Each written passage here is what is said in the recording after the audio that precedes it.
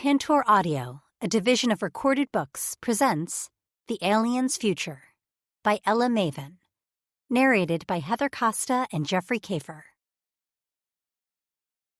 Chapter 1. Anna. I hadn't signed up for this.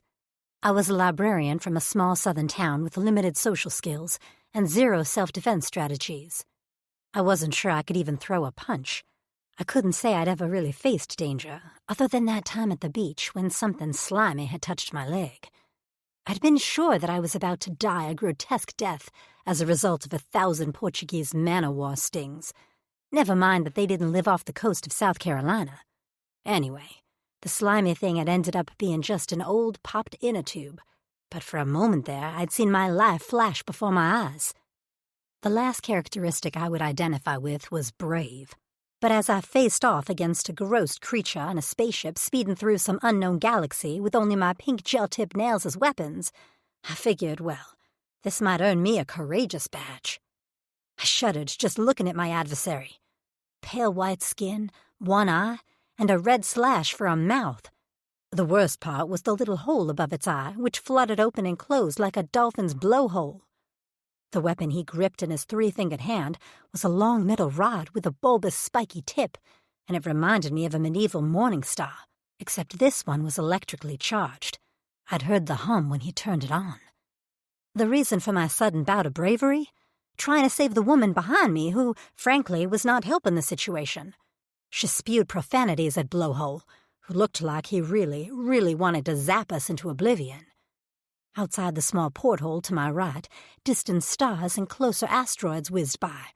I couldn't see Earth. Heck, I couldn't see Pluto. We were far, far away from the Milky Way. What was I even doing?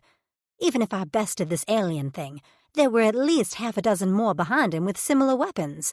If I managed to miraculously fight them all successfully, what was my genius plan then? Pilot this ship back to my universe? "Hit me again, motherfucker! I dare you!" Pottymouth yelled over my shoulder.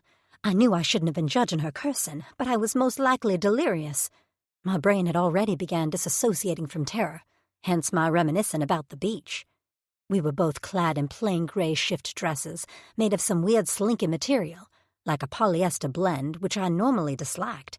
Why was I thinking about fabric now? "Obey," Blowhole said. Behind that slash of a mouth was a jagged row of crooked teeth. I assumed they were teeth. I couldn't be sure because they were gray and pitted like the moon. Pottymouth had an injured wrist because she'd woken up screaming and thrashing. She'd cracked her hand on the metal walls of the ship and then wailed louder. Time was hard to keep track of, but that had to have been a day ago. Or maybe it was hours. I didn't know. I'd fallen asleep under my weighted blanket in my townhome after watching Friends reruns and woken up here with no memory of the journey. The only clue was a needle prick in my arm. There were 2 other women on the ship, too, but they were past the point of protecting. They were no longer alive. Just remembering their still bodies had my eyes stinging with tears. I'd kept hoping they'd wake up, but as their skin dulled and their bodies stiffened, it had been apparent that whatever the aliens had given us to put us to sleep in order to snatch us from Earth and put us on this godforsaken ship was just a little too permanent for them. If kidnapping Earth women turned into a habit for Blowhole and his buddies, they might want to work on the dosage. To be honest, Pottymouth wasn't looking too good either. Her breathing was labored, and her skin was turning a gray color. She could barely stay on her feet, and her words were beginning to slur. Maybe the only reason I was bothering to protect her was because I was terrified to be the only one left with these things, which made me feel like a horrible person. But my sympathy was pretty well used up on myself at this point. I didn't have much for anyone else. Pottymouth had shuffled her way toward the cockpit, so we were in front of a panel of lights and buttons. A pilot sat off to the side, but he had no weapon, and his hands were clenched on a U-shaped steering apparatus.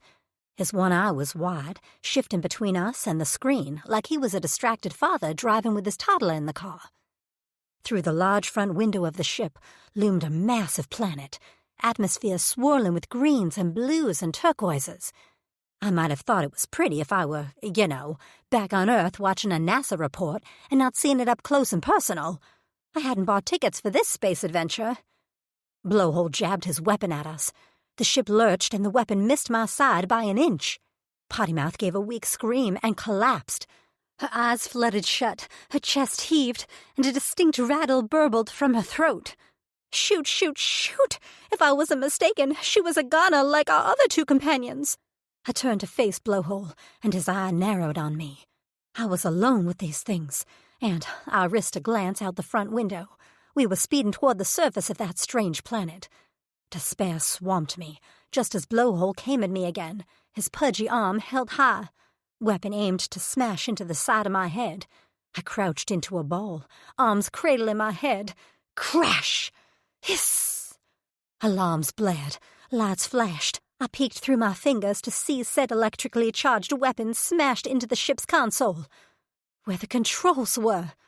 Blowhole and his friends were emitting high-pitched shrieks of panic as the ship rocked, then rolled. Then the entire spacecraft pitched forward, hurtling toward the surface of the looming planet at a rate that seemed lethal. For a moment I stared helplessly at the ship's glitching front monitor, which showed the fast-approaching planet. This was it, wasn't it? No way in hell was I surviving this. But then my spine straightened. No, I didn't want to die. I wanted the chance to get back to Earth. I wanted to taste strawberries again, be with a man, laugh with friends. I wanted to live, and I was going to do it, or at least give it my best college try. None of the Blowhole aliens were paying attention to me, too focused on squeaking and wailing and pressing ineffectual buttons on the busted console. I leaned down and pressed 2 fingers to Pottymouth's neck. I couldn't feel a pulse. I placed my hand on her head, said a few words in mourning, and scrambled backward. The ship wasn't large. A black room where us humans had been kept, a center area, and then the cockpit. I fell on my knees twice as the ship undulated like a roller coaster. I hurled myself into the back room and glanced around frantically for any way I could secure myself to possibly survive this crazy crash. I didn't have much hope, but maybe there was a chance we'd plop in an ocean, all calm-like, if the planet even had oceans. A deafening bang sounded off to my left, and the entire ship rocked, taking my feet out from under me and sending me sliding headfirst into the side of the ship. My head hit metal with a crack, and pain exploded in my skull. My vision dimmed, and I fought for consciousness. If I went under now, then this was all over. My arms flopped like wet noodles, and my legs wobbled like jelly. What had caused that bang? Maybe the engine had blown. Did this thing have an engine? Whatever. I was pretty sure it had been an explosion, which did not spell good things for my future. I managed to get onto my hands and knees and lifted my throbbing head. Focus, Anna. In front of me was some sort of metal chest. I remembered now that the Blowhole things had unlocked it to provide us with our shift dresses. It was huge, about the size of a love seat, with strong metal clasps that locked the lid in place. I crawled toward it, sliding along the way as the ship continued to lurch. I unhitched the clasps, lifted the lid, and hauled my body up and over the edge. After landing on piles of soft material, I let the weight of the lid drop, plunging me in darkness. The locks clicked into place, and I began to twist, surrounding myself with the fabric, hoping it provided some sort of barrier for when this whole ship hit something solid. I huddled in my cocoon of fabric, my eyes squeezed shut, and dreamed of strawberries.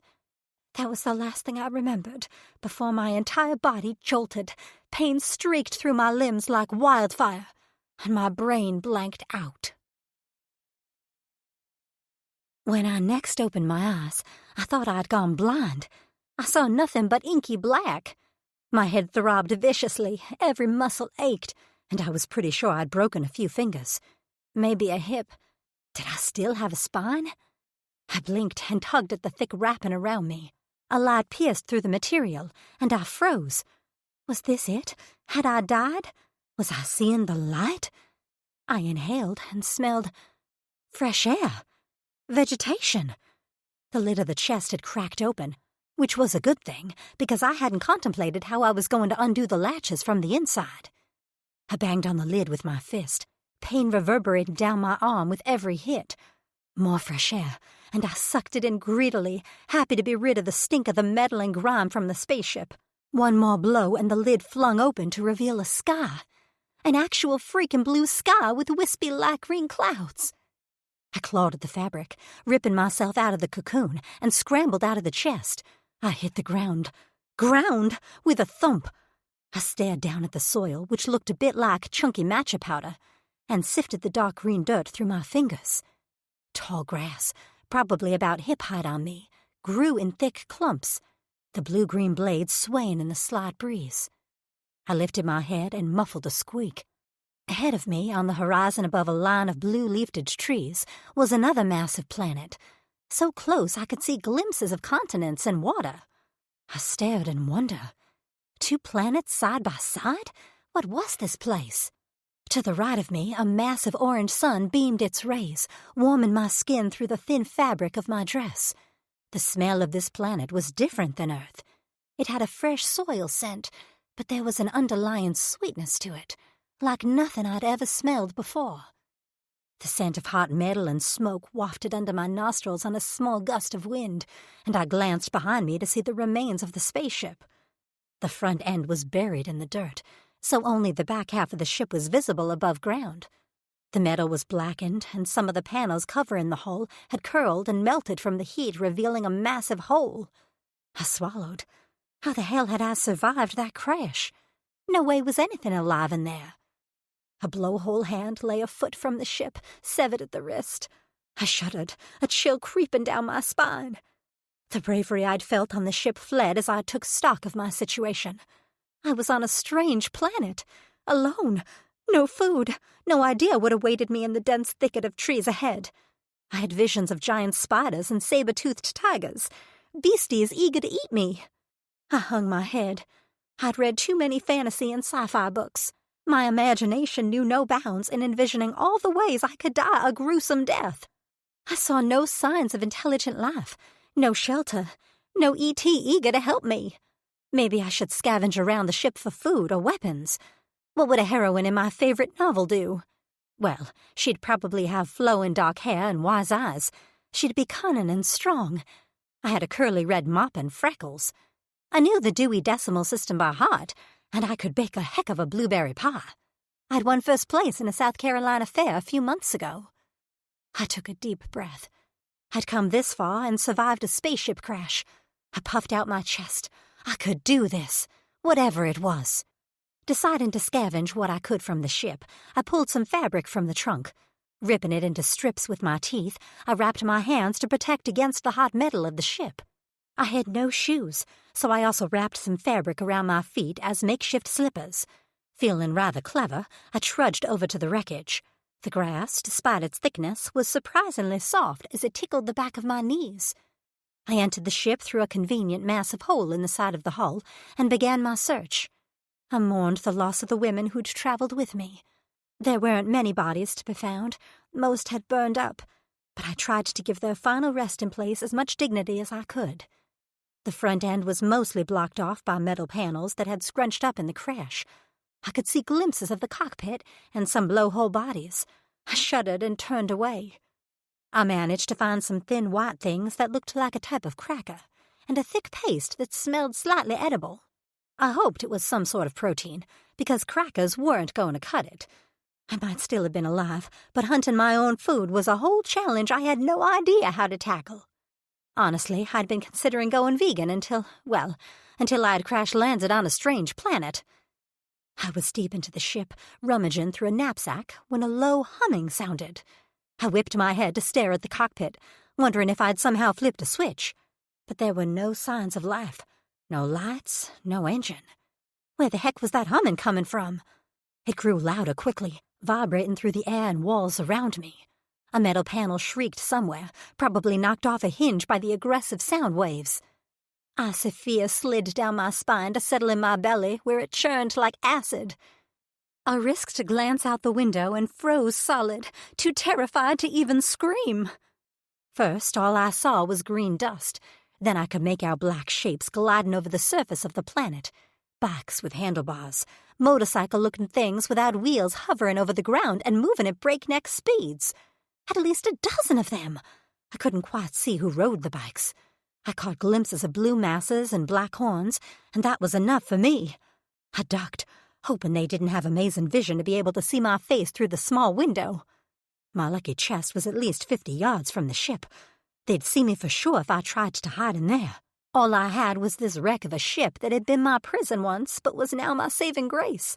Maybe they were coming to salvage parts, or to check for survivors to eat with gnashing canines. Oh, Lord, oh, Lord, oh, Lord, I chanted as I whirled around, searching for somewhere to hide.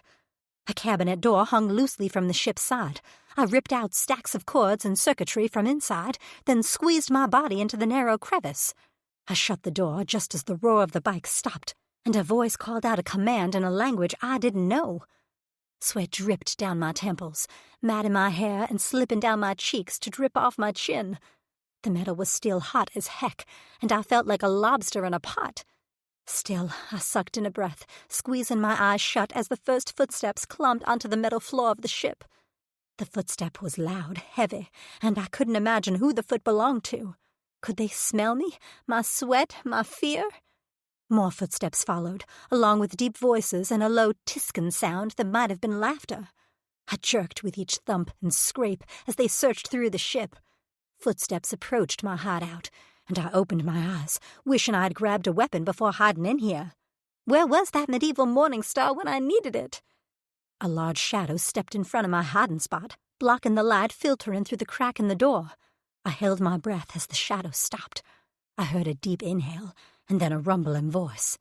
I began to shake my head because I knew what was next. I just knew. And that was when the door to my hideout ripped open. My eyes landed on a blue, scaled abdomen stacked with muscles, then traveled up a broad chest darkened with scars and patches of darker blue scales. It looked almost like cerulean camouflage. I continued my gaze up, to a slightly humanoid face, mouth, nose, and 2 eyes. But he had no hair, and sticking out from each side of his blue-scaled head were 2 black horns, corkscrewed into fine points that looked sharp enough to slice me in 2. And swishing behind him was a thick, scaled tail tipped with a spiked metal band. At his back, at least a dozen more aliens stood, all blue like him, gaping at me. His lips twisted up, mouth opening to reveal 2 rows of teeth and 2 long fangs. He spoke a sentence, and while his words were nonsense to me, I got the impression he'd said something like, "Well, what do we have here?" I opened my mouth, and I screamed bloody murder. Chapter 2. Anna. I didn't wait to see what they planned to do. I turned into a tiny whirlwind, hurling myself from my hiding spot and streaking toward the exit. I must have taken them by surprise, because for a few precious seconds, none of the big blues moved. Then one of them barked a sharp command, and the blues closed ranks, blocking my exit with their massive bodies. I screeched to a halt and searched desperately for an alternative escape route, but I didn't get anywhere. Suddenly, I was airborne, as a hand around my throat lifted me off my feet and squeezed painfully. I kicked my legs as one of the blues held me up to his face, narrowed black eyes studying me. I gasped for air, but the more I struggled, the tighter he gripped me. Heart pounded in my ears. I went limp because, well, I was tired. I was no CrossFitter, okay? I took casual walks 3 times a week so I could indulge in cookies when I felt like it. I hadn't prepared my body for life on a hostile planet. When I stopped my flailing, his grip loosened a fraction so I could suck in some air. As the alien studied me, I studied him back. His black shiny hair was shaved on the sides, and the top pulled back into a ponytail at his crown. Rows of gleaming rings pierced the scaled flesh of his prominent brow, where a human's eyebrows would be. Other than the top of his head, he was hairless, scales chipped and scarred all over his body, which told me he'd seen some things. But what I absolutely did not like, the thing that had me frozen in shock and fear, was the disdainful curl of his lip and the way he regarded me like I was prey. All the blues wore matching red-colored metal armbands on their biceps with a symbol carved into them, except the one who held me. His metal band was thicker and rimmed in gold, which made me think he was some sort of leader. They wore dark pants held in place over their tails by a backwards belt-tap thing, and large black boots on their feet. No shirts, although a few wore ragged vests in the same material as their pants. What curdled my stomach and had me whimpering in terror was that all of them watched me with the same hungry look as their leader. All but one. He stood off to the side, one of the largest of the group. His arms were crossed over his chest, fists clenched. His cheeks were pierced so little metal spikes stuck out of his flesh like artificial dimples. His horns, unlike some of the other blues, were intact and not chipped, and his eyes didn't peruse my body like I was Sunday brunch. He watched me carefully, his gaze locked on mine, and his muscles tight. Instinct kicked in, and I began to struggle again as my head swam. Please, I gasped, and I wasn't sure who I was asking, Ponytail or Dimples, but I could barely breathe with the tightening fingers wrapped around my throat. My lungs burned, and I kicked my legs one more time as I tried to suck in air. The hand released, and I fell to the floor, my knees buckling so my butt smacked hard on the metal. I cried out, and a low growl reached my ears just as that damn hand was back, this time gripping the front of my shirt and tugging, undressing me. I went back into wildcat mode. No way was I getting naked in front of these very big and very male aliens. The hand succeeded in ripping my dress down to the middle of my breasts. I whimpered as his middle claw scraped my skin like a hot poker. Red blood bloomed in a vertical line. I flinched away, dislodging his hand, and tried to hold the torn scraps of my dress together as I braced for a blow. It never happened. A shadow fell over me, and I went still. Standing above me was Dimples, his feet braced on either side of my body. His hands were clenched at his sides, tail flicking behind him so it made angry swishing sounds on the metal panels. I didn't move. There was nowhere to go, and something told me Dimples was different. He didn't yell or shout, but he spoke low, terse words to the leader. Eventually his fists unclenched, his palms out in supplication. Ponytail glared at me, black eyes promising some sort of retribution. But then he jerked his chin at Dimples in a sharp nod. He turned on his heel and brushed past the line of blues to exit the ship. They followed him, a few glancing backward at me and throwing Dimples scowls. I stayed huddled at Dimples' feet. I didn't know if he could be trusted, but I didn't have many options here. I could make friends. Maybe. Slowly I reached up and placed a hand on his thigh. His chin dipped, and he pierced me with a fierce, heated look before dropping to a crouch. He still towered over me, even perched on the balls of his feet. I was only a few inches over 5 feet, and this guy must have been close to 7 feet tall. His face was well-formed, deep-set eyes, full lips, and high cheekbones. His hair was a wavy mass of black, curling around his ears and horns. I couldn't believe I was considering him handsome, but he was. Blue scales, horns, tail, and all. He wore no shirt, and now I could see the symbol on his armband, which matched the rest of his group, was a black teardrop. From his belt, he unstrapped a small bottle. He popped the cap and handed it to me. I sniffed it, eyeing him. It had a faint vinegar scent. I frowned at him. Was he drugging me? I shook my head and tried to hand it back to him. His brows dipped, and he pushed my hand back toward me. I tried again to hand it to him. Finally, he snatched it from me and tilted his head back to let a few clear drops from the bottle fall on his tongue. Then he held it out to me, one nubbed brow lifted like, "See, it's fine." I salivated at the idea of a drink. I didn't know what the liquid was, but I was dying of thirst. Maybe it was their form of water. I didn't think much else could go wrong, so I took it from him. I inhaled sharply, gathered my courage, and took a gulp of the liquid. The texture was odd, a bit thicker than water with a slight vinegar aftertaste, but it still satisfied me in the way water did. I took another sip, and then another, before handing it back to him. His lips turned up into something of a smile, a kind one, not the cruel one like his leader had. God, he was handsome. Those black eyes turned warm, swirling, and I realized they weren't actually black.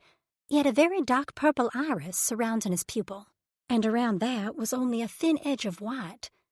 He lifted his massive 5-fingered hand, fingers topped with sharp black nails, and I flinched, remembering the other blue hand that had stolen my breath and tried to take my clothes.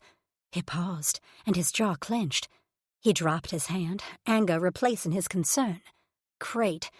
Now I'd pissed off the one good thing that had happened to me during this entire mess. "I'm sorry," I said, and he cocked his head. I didn't think he could understand me, but maybe my tone would convey what I wanted to say. My voice was low and rough. I didn't talk much under ordinary circumstances, and now it was scratchy from screaming and near strangulation. "Thank you for, preventing Ponytail from taking my clothes. I mean, maybe you're not really nice and you're just delaying the inevitable, but it was nice all the same." I bit my lip. "Are you nice, Dimples?" My eyes burned, and shoot, I just realized I hadn't cried yet. Not when I woke up on the spaceship, not when the ship crashed, and not when the leader had his fingers wrapped around my throat. But now, with the Dimples offering me something to drink and protecting me from having my clothes ripped off, a sob left my throat, blubbering and ugly. I cradled my head in my hands as arms encircled me. He lifted me, making a small chiding sound with an under-the-breath murmur. Ch-ch-ch. I glanced up to see he was carrying me out of the spaceship, toward the rest of the Blues waiting on their bikes. For a moment, I thought about fighting and trying to get away, but that seemed fruitless. I only had my 2 feet to carry me, and these aliens had machines. They would catch me in an instant. No, I decided my best course of action right now, it was subject to change, would be to go quietly, observe, and play nice. I didn't get a good look at the box before he straddled the gleaming black seat and settled me in front of him, one strong arm wrapped around my waist. There were no wheels, just 3 giant circular discs parallel to the ground. He flipped a switch, and the bike roared to life. Those discs pushed out air like uber-powerful leaf blowers, sending their dirt swirling around us, and we rose slowly until we were about 10 feet from the ground. Grass blew around us from the force of the air elevating the box. The leader at the front lifted a hand, and then we were off, speeding over the landscape. Dimple's arm held me tight, while the rest of the Blues watched us carefully out of the corners of their black eyes. We rode for what felt like hours, until the sun began to dip below the horizon and the air began to chill. I huddled back into Dimples, needing his warmth because the dress I had, now ripped, didn't offer much insulation. I tried to stay awake. I really did, but the box vibration, coupled with the heat from the big blue body, lulled me into a sense of safety, no matter how false. I closed my eyes and let the rumble of the box be my lullaby. Tark. The small creature in my arms fell asleep. When she'd first gone limp, I'd worried she'd died, but her chest still rose and fell, and I could feel the steady beat of her cora. She was so fragile, her flesh unprotected. No scales, no nothing. I stared at the scratch Bolt had made on her skin with his claws. Her red blood had dried now, and the sight of the wound still had me barely suppressing a roar as my machetes itched to lift under my skin and hurt the one who'd made her bleed. I'd never felt like that before. I'd seen plenty of blood and death in my lifetime, but nothing had riled me like seeing her in pain. In fact, I'd felt her pain like a burning slice on my chest, so strong I'd had to glance down to make sure a claw hadn't cut me. Flecking Bolt. He hadn't thought of the consequences of gripping her throat like that and slicing her skin. I didn't even think he noticed she couldn't breathe. All he'd been interested in was figuring out what species she was, and if he could use her for his own advantage. Thank Fatus I'd been able to get Bolt to back off. I wished I'd had more than Qua to offer her, but I'd already eaten my Tane and Monstra rations. I was sure she needed sustenance. Who knew how long she'd been on the Ragul ship? We'd been out scavenging when we saw the ship plummeting in the distance. I still wanted to return to the wreckage to see if any parts could be salvaged, but the health of the little thing in my arms came first. I focused on riding my bike when all I wanted to do was stop and make sure she was all right. She was female. Her breasts were visible beneath the thin shift she wore. But she wasn't Drixonian. Her flesh was pale, nearly without color. She had no tail or horns, and I doubted she had machetes or she would have used them to defend herself. But she was fascinating. Vivid red hair sprouted from her head in an interesting twisty pattern. Her pale face was spotted with tiny brown dots. Something about her tugged at me, pulled at my cora, made it beat faster and harder. Fatas gave us what we needed when we needed it. For a long time I'd thought she was punishing us, but this female made me wonder if Fatas had decided to bless us again.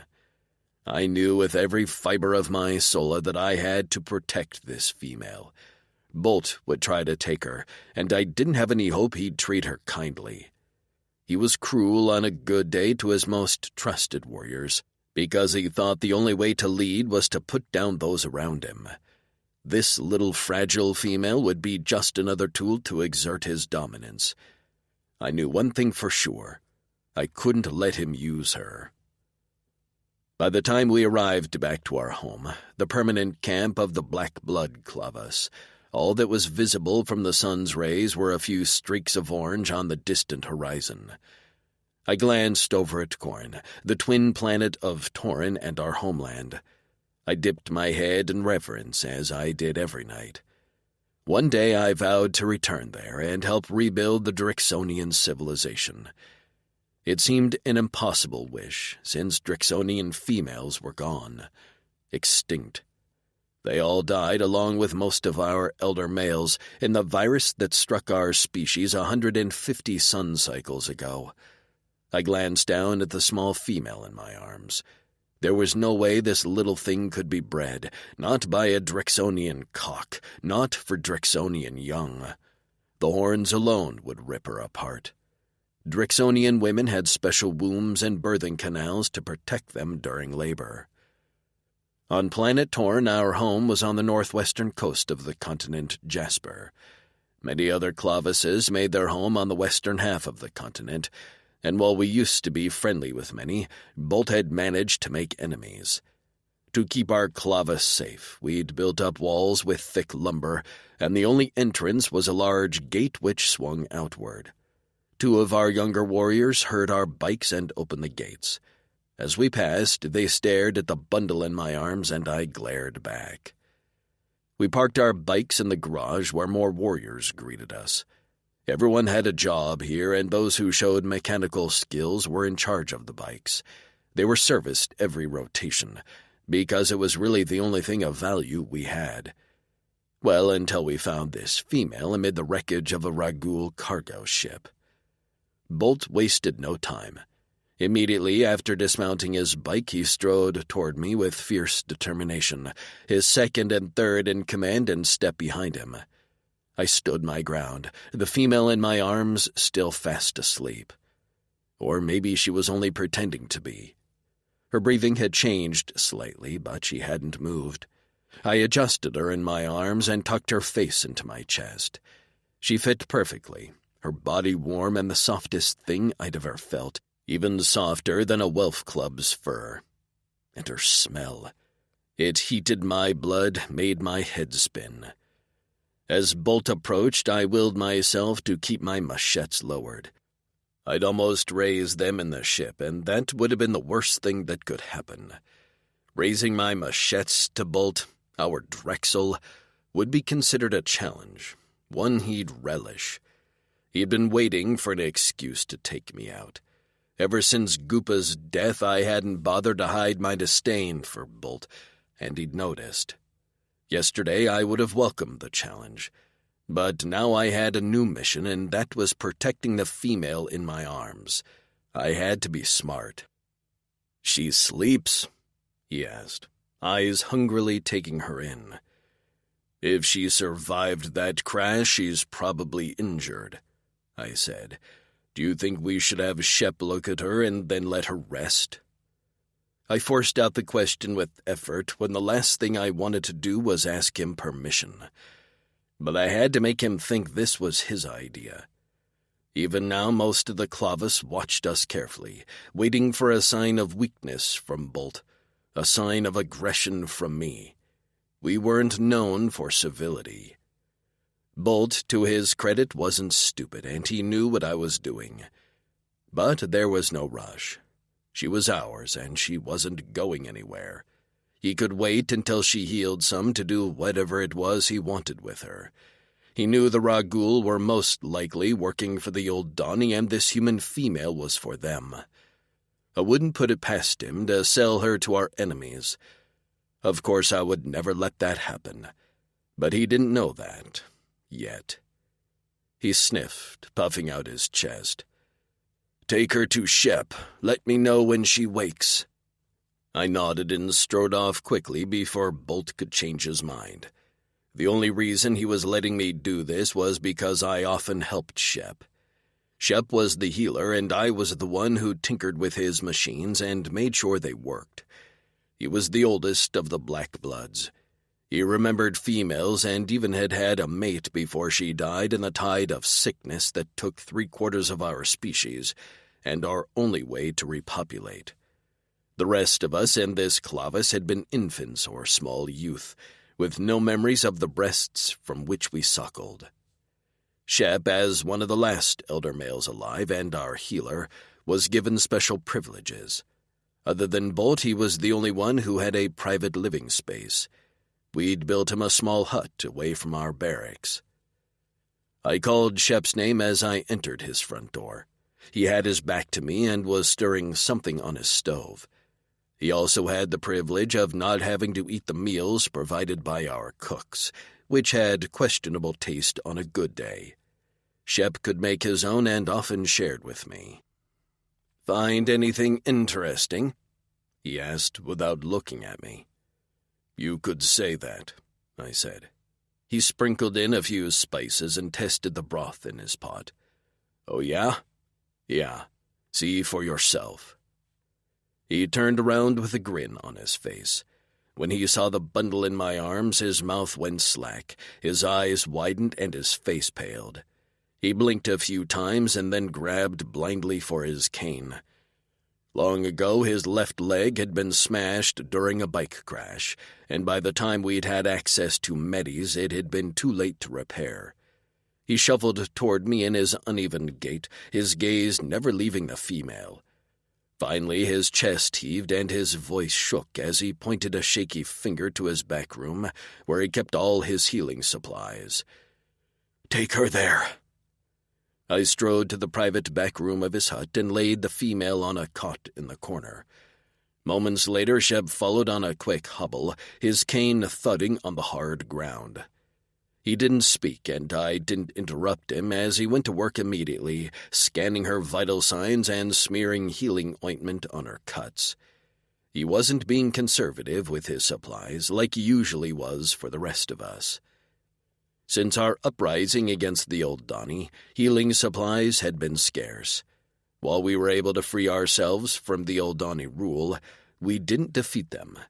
They still lived and hoarded the medicine and technology. We had free access to the fuel deposits on planet Torin, but that was about it. Everything else had to be salvaged or stolen.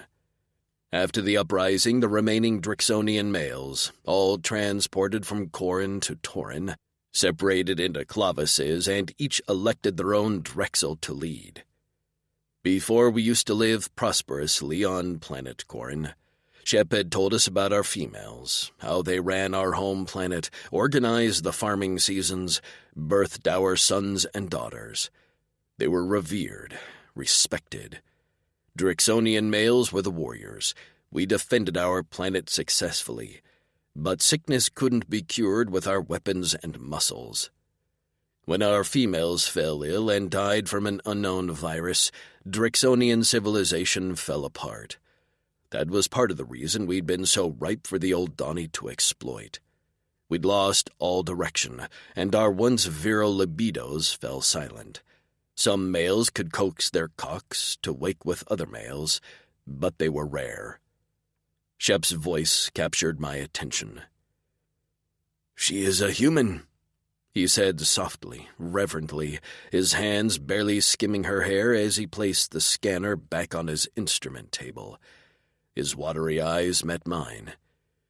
"She's from a planet called Earth, 2 galaxies away." A human. I'd heard of humans, but I'd never seen one and hadn't ever expected to. I sucked in a breath. "Are you sure?" He nodded. I've never seen one, but I have heard of them. My scanner confirmed her species. I don't know much about them, and without access to the Rinian Galaxy network, I can't learn more. The last update on my system was before the uprising. When we'd gone to war with the Old Donny 50 sun cycles ago, they'd destroyed all the towers that connected us with a network but one. And that last one could only be accessed from the Old Donny fortress, which Drixonians couldn't get near.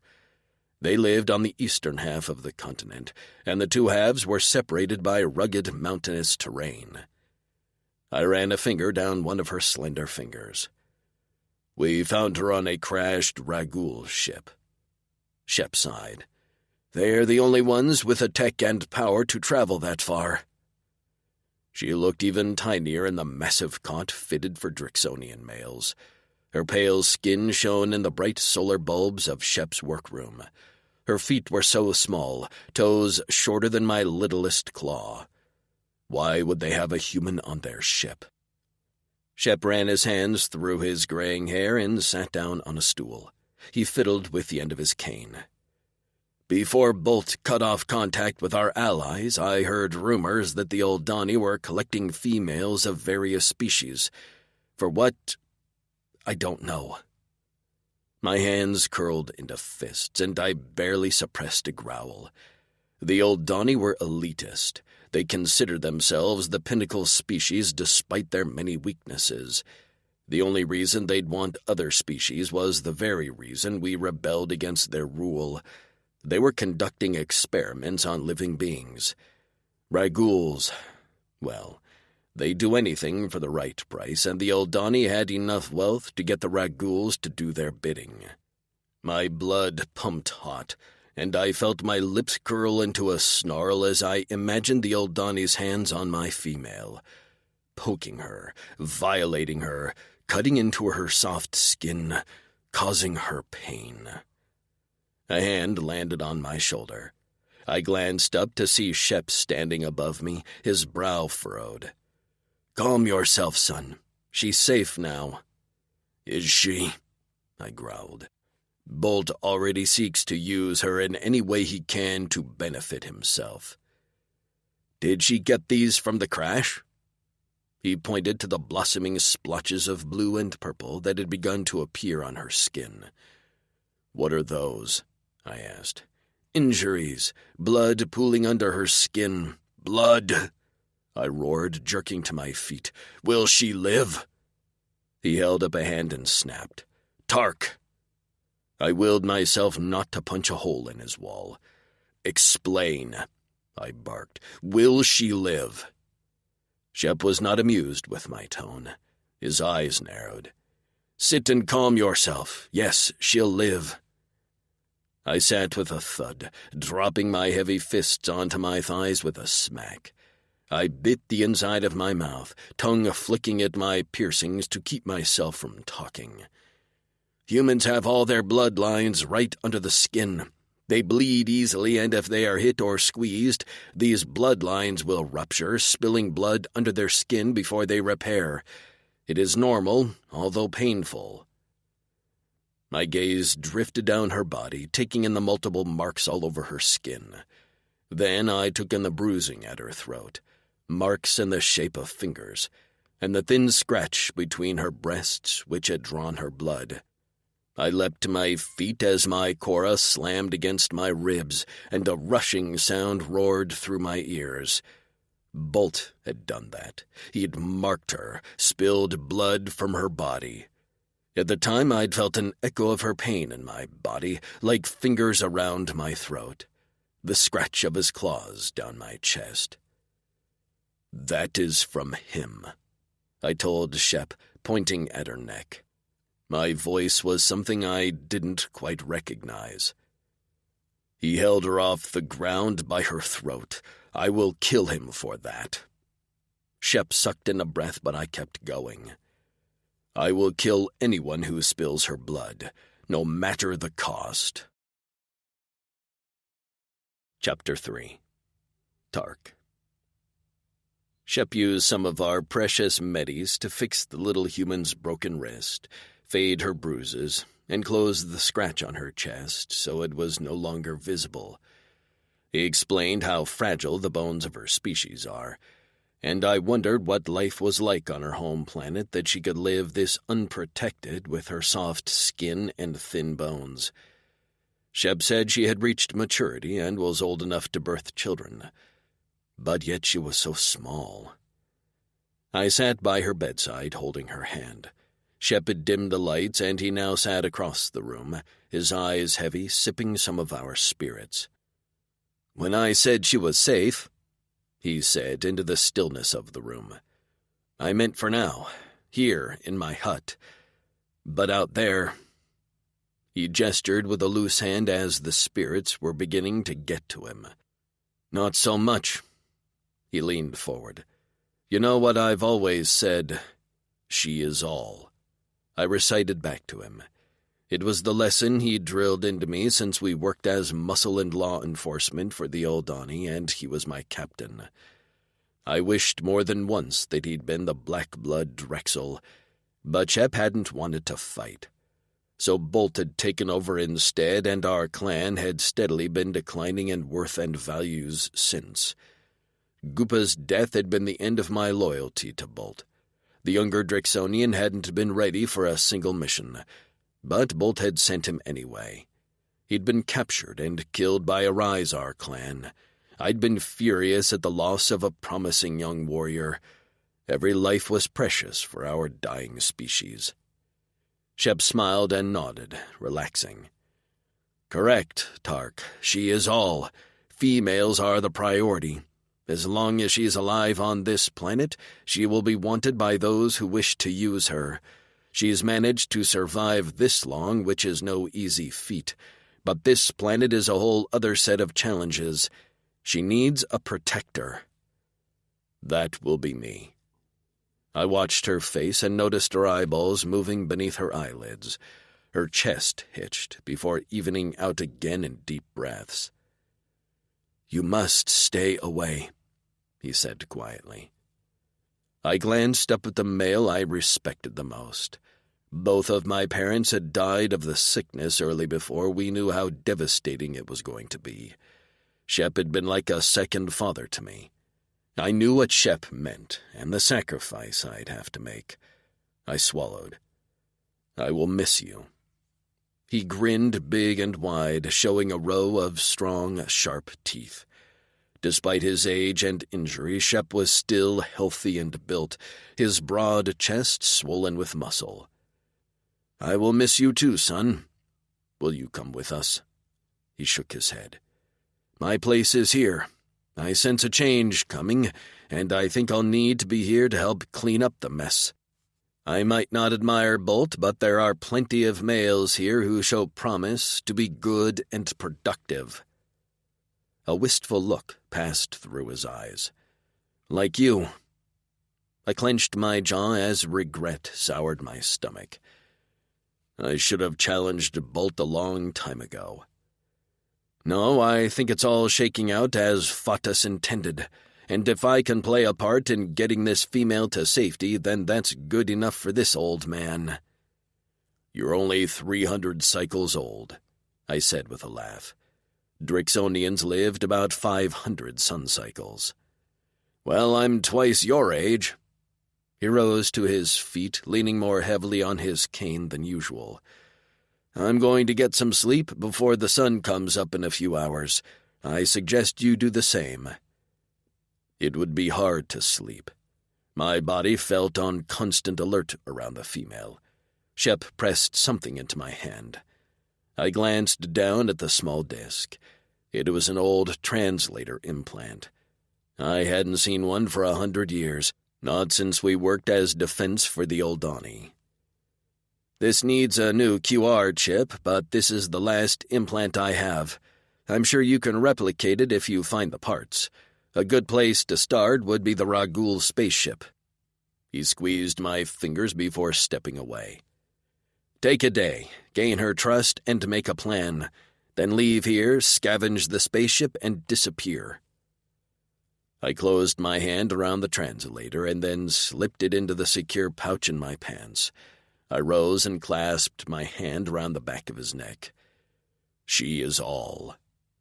Although I pretended not to notice, Shep's lips quivered slightly when he clasped my neck and touched my forehead to his with a quietly whispered, "She is all."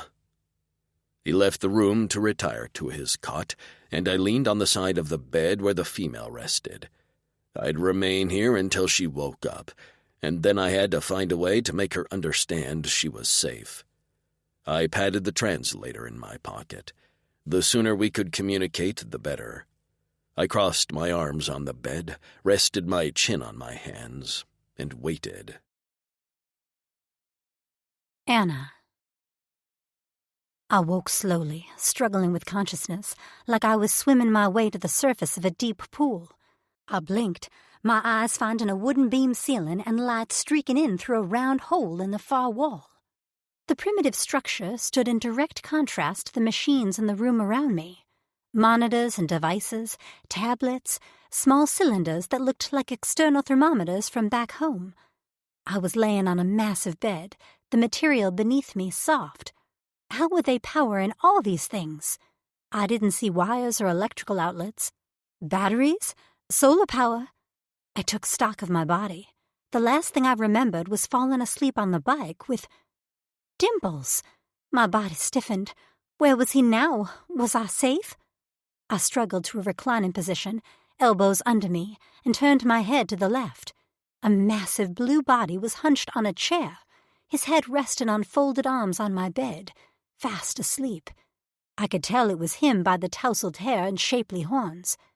Shapely? Really, Anna? The beautiful black ridged corkscrews emerged from his head above his ears and stuck straight out either side.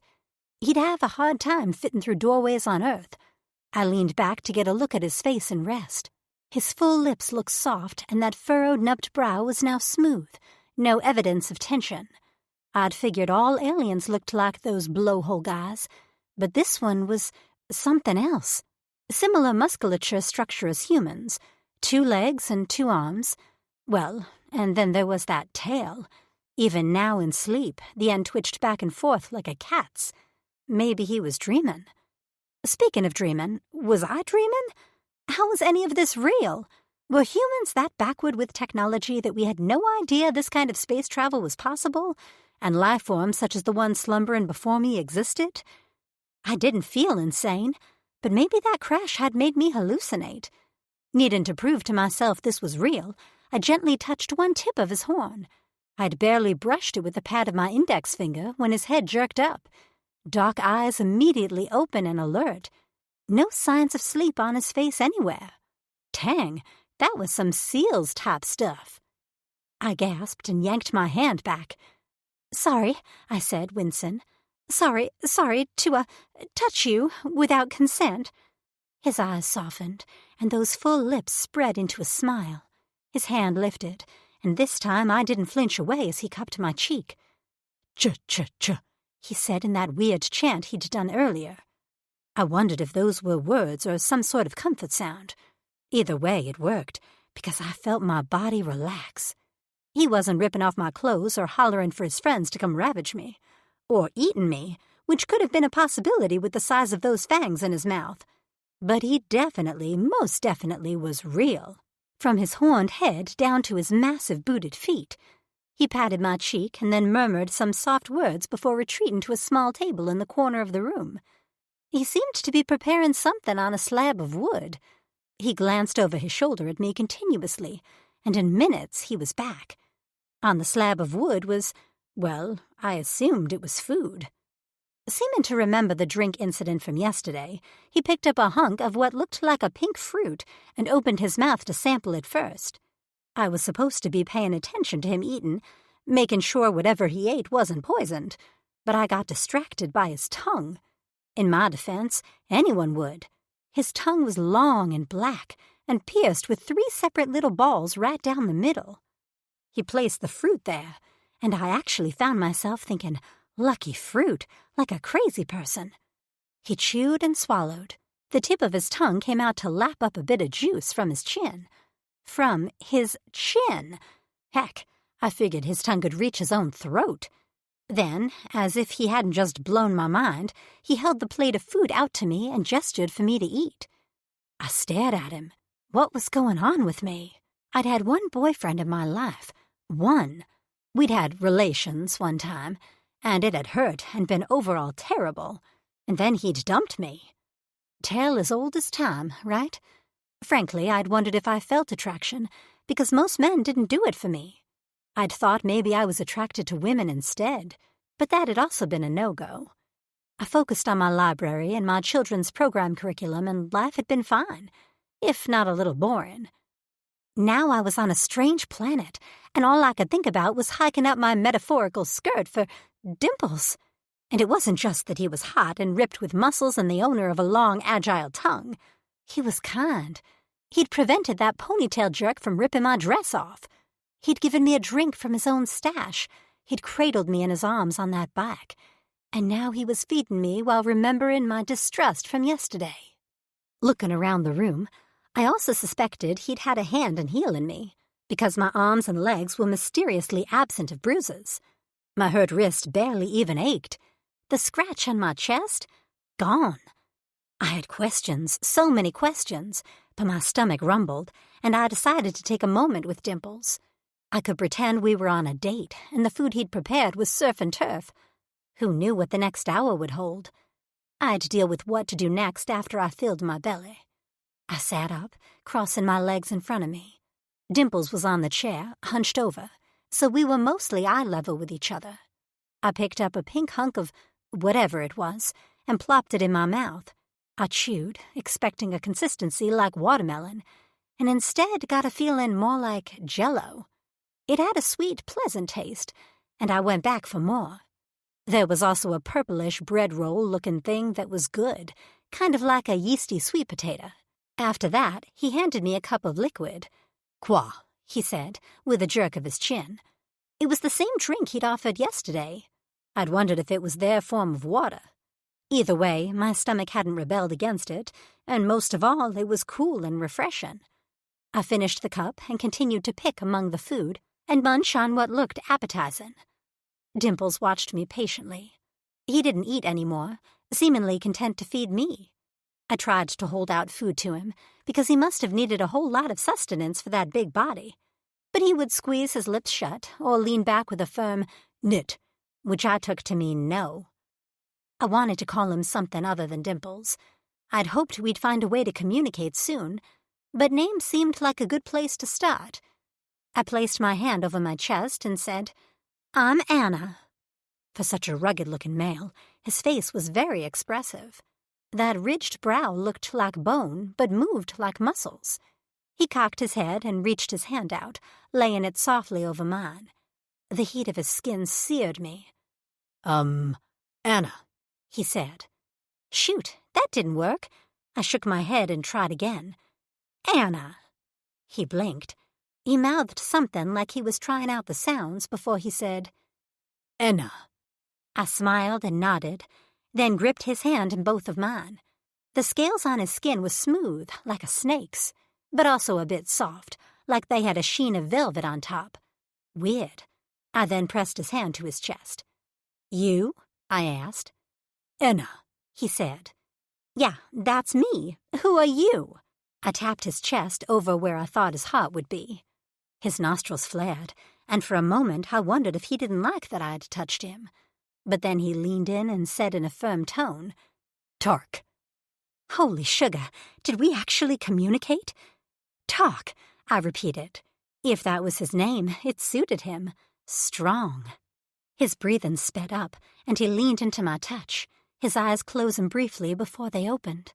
Heat flared in the swirling purple of his irises. "Tark," he said again, pointing to himself. Then he pointed to me. "Enna." I nearly burst into tears. Instead, I reached out and ran my fingers over that nubbed brow. His face was so human-like, and that was probably why I felt so safe with him. There weren't scales there. In fact, his face was rather smooth, the lighter blue skin stretched tight over high cheekbones. He let me touch him, even as I sifted my hands through his soft hair and scratched a fingernail on his rigid horns. He seemed to like that the most. his lips parting and his head turning like a puppy wanting scratches. I eventually took my hand away, unsure how far to take it. Maybe he had a wife or mate or little blue toddlers running around this place. I didn't know, and the last thing I wanted was some giant blue female to whack me. I ate some more, and when the food was finished, my fingers were sticky with juice. I stuck my thumb in my mouth to lick it off, but when I lifted my gaze to talk, I froze. He stared at me with hunger, and not creepy hunger like Ponytail, but longing hunger, like I was a coveted jewel among a pile of rubble. His chest heaved, and his tail lashed the floor behind him. Okay, maybe there wasn't a talk mate, because he murmured a few words, which ended with Anna, before he gripped my wrist softly, snaked out his tongue, and licked my fingers clean. I didn't move. I didn't make a sound. My heart pounded in my chest like a runaway train as he drew each finger in his mouth, that tongue swirling around my digits and dipping into the web in between them. His eyes were closed as he did so, and he made a rattling noise in his chest, almost like a purring. Color rose to his cheeks, darkening the skin there. I couldn't tear my eyes away from that tongue and the sight of my fingers disappearing in his mouth. His metal piercings massaged my skin. Warmth pooled in my stomach and slid lower. Fear mixed with arousal. Was he licking me before he took a bite? Was this like a mama cat cleaning a kitten? Or was this erotic? I didn't know, but for some reason, I didn't pull away or yell. My heart raced as sweat dripped down my spine. He pulled off my last finger with a pop. His mouth hung open, white fangs glistening, nostrils flaring in and out. His neck was corded, and his muscles taut, like he was barely controlling himself. A streak of concern flashed through me. He was so very, very male. If he wanted, he could take me. I wouldn't be able to fight him. But he didn't shove me on my back and push his way inside. No, he murmured my name, low and reverent, before he leaned in and began to clean my face with his tongue. Never in my life would I have thought a tongue on my chin and the corners of my mouth would be erotic. But then I never thought aliens existed either. Talk, with his talented tongue and sweet breath, was driving me to madness as he licked across my closed lips, the metal balls teasing the seam. My breasts felt heavy, while my hard and aching nipples pushed at the fabric of my dress. I shifted my legs, a small moan leaving my throat as my inner muscles throbbed with want. Talk heard my needy noise, because he froze. His eyes met mine inches away. My lips parted, and the rumbling in his chest deepened to a rough growl before he pressed his lips to mine. His tongue swept inside, and I lost track of everything. Who I was, where I was, I gave back as much as I could, running my tongue over those metal balls, drawing a groan from him. Heat streaked through me like wildfire in my veins. I clutched his shoulders, pulling him closer, and he stretched over me until I was on my back. And still, he kissed me, tongue studying every recess in my mouth, like it needed to learn me inside and out. I wanted that tongue elsewhere, on my neck, my breasts, between my legs. What the heck was happening to me? I pulled back on a gasp, looking up into his vivid purple eyes, which had lightened. His lips were red and swollen. I didn't know what to make of my actions. This wasn't me. Was there some type of aphrodisiac in their food, their drink? Because this was crazy. Yet I couldn't deny there was a strong pull toward him. Only him. I hadn't met many of the others yet, but I knew in my heart none would compare to Talk. Still, this was insane.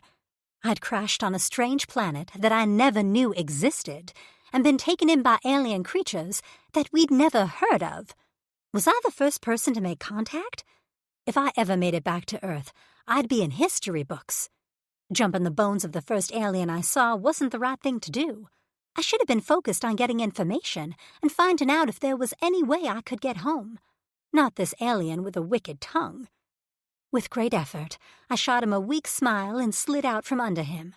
I waited for the growl, a smack, but he let me go. He let me retreat to the far corner of the bed. He stayed hunched over, fists planted in the bedding. "I'm sorry, Tark," I said. I'm confused and scared." I tried to plead with my eyes for him to understand. His eyes had darkened again to almost black, and his expression was like thunder, his lips pressed into a strange line. He was probably angry with me, and the kicker was, I respected him even more for letting me have my space. A crash sounded in the other room, followed by a muttering voice, and I gasped as I craned my neck to see who it was. Tark didn't move, his gaze still steady on me, brow furrowed until I could barely see his eyes. Another blue walked into the room. This one was older, his dark hair streaked with white, his scales not quite as shiny. His face was lined with age, and he walked with a cane. He was handsome, though, very handsome, with a strong jaw and kind eyes. He stopped in the doorway, and I worried Tark was going to take his head off for interrupting us. But the older blue didn't look afraid. He looked amused, if anything. He walked right past Tark, as if the man wasn't exuding homicidal vibes, and approached me. He picked up a scanner and began to run it down my body. I let him because he wasn't touching me, and something told me he was responsible for the medical paraphernalia in here. The man spoke again before slowly turning to eye Tark. I realized then he'd be talking to him, not me. Tark said something through gritted teeth. Older Blue answered with a few terse words, and whatever he said pissed Tark off even more. His tail smashed into the plate I'd eaten from, sending it flying into the far wall before he stalked outside. I watched him go, my heart sinking.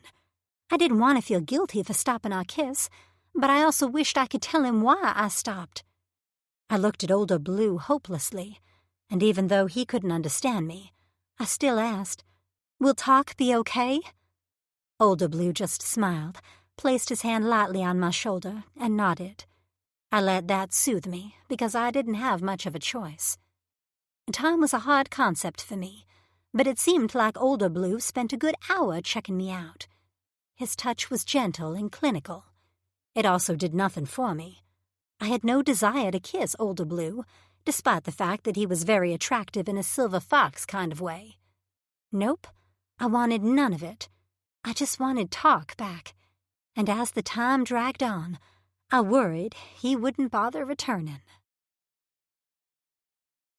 Chapter 4. Tark. We'd built our settlement around the 5-story former living quarters of a rich old Donny town. Most of the area had been damaged in the uprising, and all of the old Donny had fled to the east of the continent. Most Drixonian clavises, there were many of us, had settled into former old Donny dwellings vacated during the uprising. The 5th floor was mostly missing and a bit of the 4th as well, a result of the old Donny sabotaging their own structures to try to make them unlivable for us. But Drixonian males had learned a lot since our females died. We'd learned how to be resourceful. We'd managed to rebuild what we could and settle into what was left. Most of the solar panels had been salvaged and provided fuel for our cooking units and cleansers. We rationed everything, and while the Drexel was supposed to abide the rations, I knew Bolt coveted much of the solar power for himself. Flecking selfish. After we'd freed ourselves from old Donny's service, as Drixonians separated into small clavises, pledging loyalty to Drexels who had proven themselves. Some clavises still worked to maintain the peace, which had always been our jobs, while some worked outside the law. We were friendly with some, while we avoided others at all costs. Bolt originally had led us to be one of the good ones, but greed had eventually captured his attention. He cut off most of our allies and focused on raiding. I could challenge him now, but Shep was right, and it would never be safe in a clavis, and not one with so many Bolt faithful. Even if I killed him, there would be those seeking to overtake me. Living as a lonus was best. No clavis or brothers. But I'd have Enna and she'd be safe. I'd miss my brothers and, most of all, Shep. After my parents died, he'd taken me under his wing. I'd served under his command for the old Donny. He'd been my mentor and role model. I strode toward my room, avoiding eye contact with other males. As one of the older members of the Clavis, I was afforded my own room on the 3rd floor. Of course, I wasn't older by much. I was born right before the first wave of the virus hit, which took 10 cycles to ravage its way through our population. The younger warriors, those born toward the end of the virus's destruction, often had to bunk together. In the privacy of my own space, I let out my rage on the solid wooden pole that I used as a sparring post. My machetes lifted, razor-sharp blades that emerged from the scales in my forearms, in a strip on the top of my head, and continuing down my back to the base of my tail. I unleashed my claws, and I sliced at the wood. Chunks went flying, coating me in dust and debris, and still I attacked. I'd lost control around the female, Enna. Beautiful, soft Enna. I was still losing control. Shep's words went through my head over and over again. She is all. She is all. She is all. The elder Drixonians who'd survived the sickness worked hard to pass on our culture to the rest of us too young to remember. Number 1 rule was to respect females, which meant we were never to touch one without their wanting it. I'd broken that rule already. I'd kissed her and touched her. Even now I could feel her on my tongue. My cock, which rarely made its presence known, was a painful rod against my thigh. I'd scared her. Her terrified eyes, the way she'd scrambled away from me, haunted me. I slashed my arms across the wood, rammed it with my head spikes on a growl. My body grew slick with sweat, until the wood completely shattered into pieces around me, no longer a post but a pile of wood chips.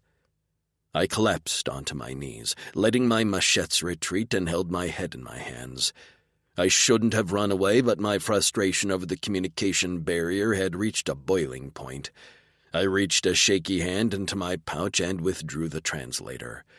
Just a QR chip and it would be a working unit. I only needed a small circuit and I'd be able to talk to my human female, my Enna. I closed my fist around the translator and placed it back in its hiding place in my pouch. I might not deserve Enna now, but I would prove myself worthy. I'd save her from this place, help her communicate, and then keep her safe for the rest of our lives. I pictured her smile and the trusting way she looked at me. I could get that back. With a groan, I heaved myself to my feet. Today was the day to plan, and to do that I had to be alert, mindful. After drinking some qua and stuffing a few teen bars in my mouth, I retreated to my cleanser to wipe the dirt and sweat from my body. When I peeled off my pants, my cock was still hard. I frowned and pinched the tip, which usually worked to soften it on the off chance I ever hardened. This time that didn't work. As I stood in the cleanser, letting the hot, filtered air clean my hair and body, I pictured Enna's sweet face, her beautiful mouth, and that hot, wet tongue of hers when it tangled with mine. I wanted to suck her breasts and lick at the sweet cream between her legs. Shep had taught us all about pleasuring females and informed us that Drixonian males had long been revered as legendary lovers. I longed for the day I could show Enna, if she ever honored me with the chance. I wrapped my hand round my cock and tugged, feeling the ridges rub on my fingers. A moan fell from my lips and my balls tightened, feeling full to bursting. I imagined the tight heat of Enna's body when I sank inside, when I brought her pleasure. I stroked myself harder, head back, fangs digging into my bottom lip. Her walls would clamp around me as she climaxed, and I'd drive into her again and again, taking her higher until I filled her with my seed. As a surprised shout fell from my lips, my cock erupted. Thick ropes of cum hit the wall of the cleanser, only to be whisked away immediately. My legs shaky, I placed a hand on the wall. My cock had barely softened. The last time I'd come had been maybe 5 full sun cycles ago. Many, many rotations. And it had never felt like that. Enna. It was all her doing. I turned off the cleanser and dressed quickly. Tonight would be the night. I'd take Anna to the spaceship to find a QR chip. After that, I'd be able to explain everything to her. I hoped. Then we'd disappear. I wished I could return her to her home, but it wasn't possible. Only the Ragul had the ability to travel that far, and since they were the ones to steal her, they wouldn't be offering to take her home anytime soon. We couldn't even return to our home planet as the Oldani had destroyed all our ships in the uprising. We had been defensive warriors who patrolled our own atmosphere in short-range ships, not marauders who traveled to other galaxies. I glanced around my room, searching for any valuables I had to take. My possessions were minimal. My bike was the most valuable thing I owned, and I'd had her 50 cycles, which was a third of my life. I wouldn't be able to take her when I left, as she was too loud. I hoped someone else took care of her. I gathered my essentials and stuffed them in a bag.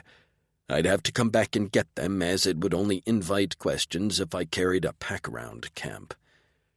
For now, I had to show my face. If Bolt got an idea of what I was planning, it'd be war. A sharp knock rattled my door, and I approached cautiously. I peered through the small hole in my door, relieved as Fleck to see Vi on the other side and not Bolt. I opened the door and waved my friend inside. He was shorter than me, but well-built and deceptively strong. He'd also been very good friends with Goopa, and he hadn't been the same since he lost him. He'd seemed to mature quickly after that, and I'd noticed he'd been quietly sowing seeds of discontent about Bolt among the rest of the Clavas. "Is it true?" he asked, his voice low and firm. I always liked that about Vi. He didn't shout or act impulsively. "Did you find a female today?" There was no point in lying. Too many had seen her. "We did. Shep says she's a human." "I heard Bolt." A muscle in his jaw ticked. "I heard Bolt laid his hands on her until you stepped in." "You heard right." He swore softly, and his machetes lifted slightly before settling back beneath his scales. "He's gone too far. He's forgotten everything we are." "I agree, but he still has support." Vi crossed his arms over his chest. "I think it's mostly support based on fear now. I've been asking around." "You need to be careful. I'm behind you in this, but if he gets wind of your mutiny too soon." Vi blew out a harsh breath. I know, but now that he has a female, we have to act quicker." I placed a hand on his shoulder and lowered my voice. "Let me get the female to safety. Then you can return the Black Bloods to honor."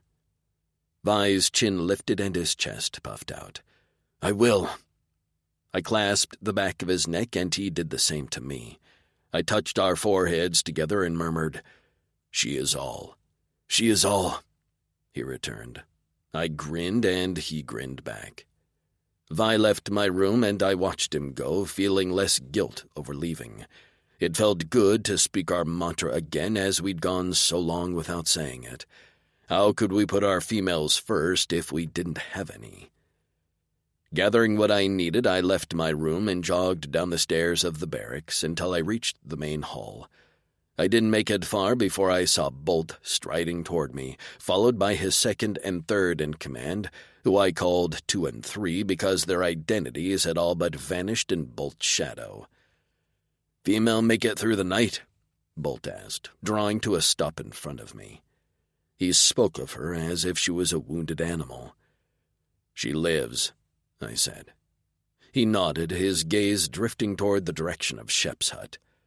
"I have to ride out today. Scouts have reported some activity from the sharp-blade Clavis in our territory. I'll be back tomorrow morning, and then I want to see her."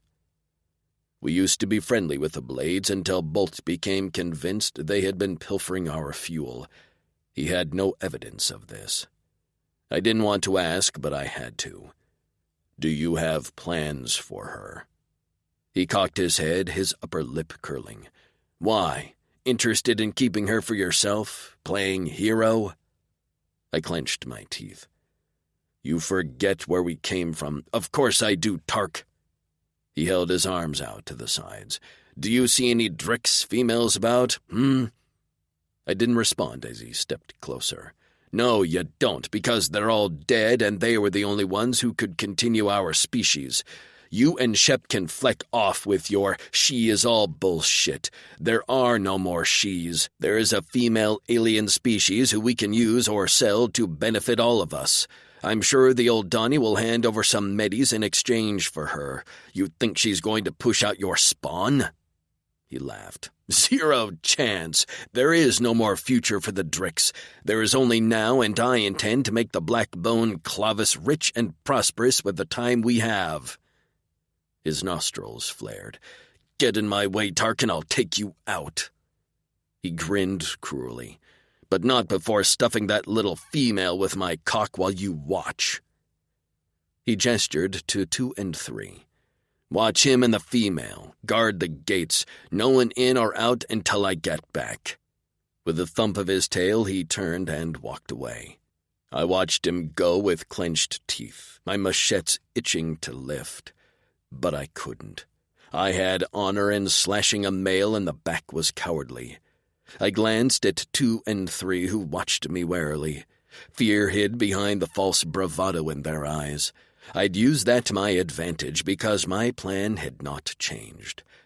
Tonight we would escape. Anna. After Talk left, I fretted for a while. Older Blue, who I learned was named Shep, after an awkward and long conversation, remained patient with me. He showed me how to bathe, which blew my mind. Essentially, I stood in a cylinder, like a stand-up tanning booth, as hot air blasted me. And it worked. After I emerged and pulled the old gross dress over my head, I discovered that Shep was gone. I took another nap, because why not? And when I awoke, I was still alone. I wandered around the back room for a while, which reminded me of a doctor's office exam room. I didn't dare touch any gadgets, for fear I'd blow up either myself or the hut. Then I sat on the bedding, pulled my knees to my chest, and forced myself to work through my feelings. I'd been so focused on surviving, and I finally had time to process, or at least process what I was capable of. I still wasn't sure I had quite fully wrapped my brain around where I was, or how I got here, or what the hell I was going to do.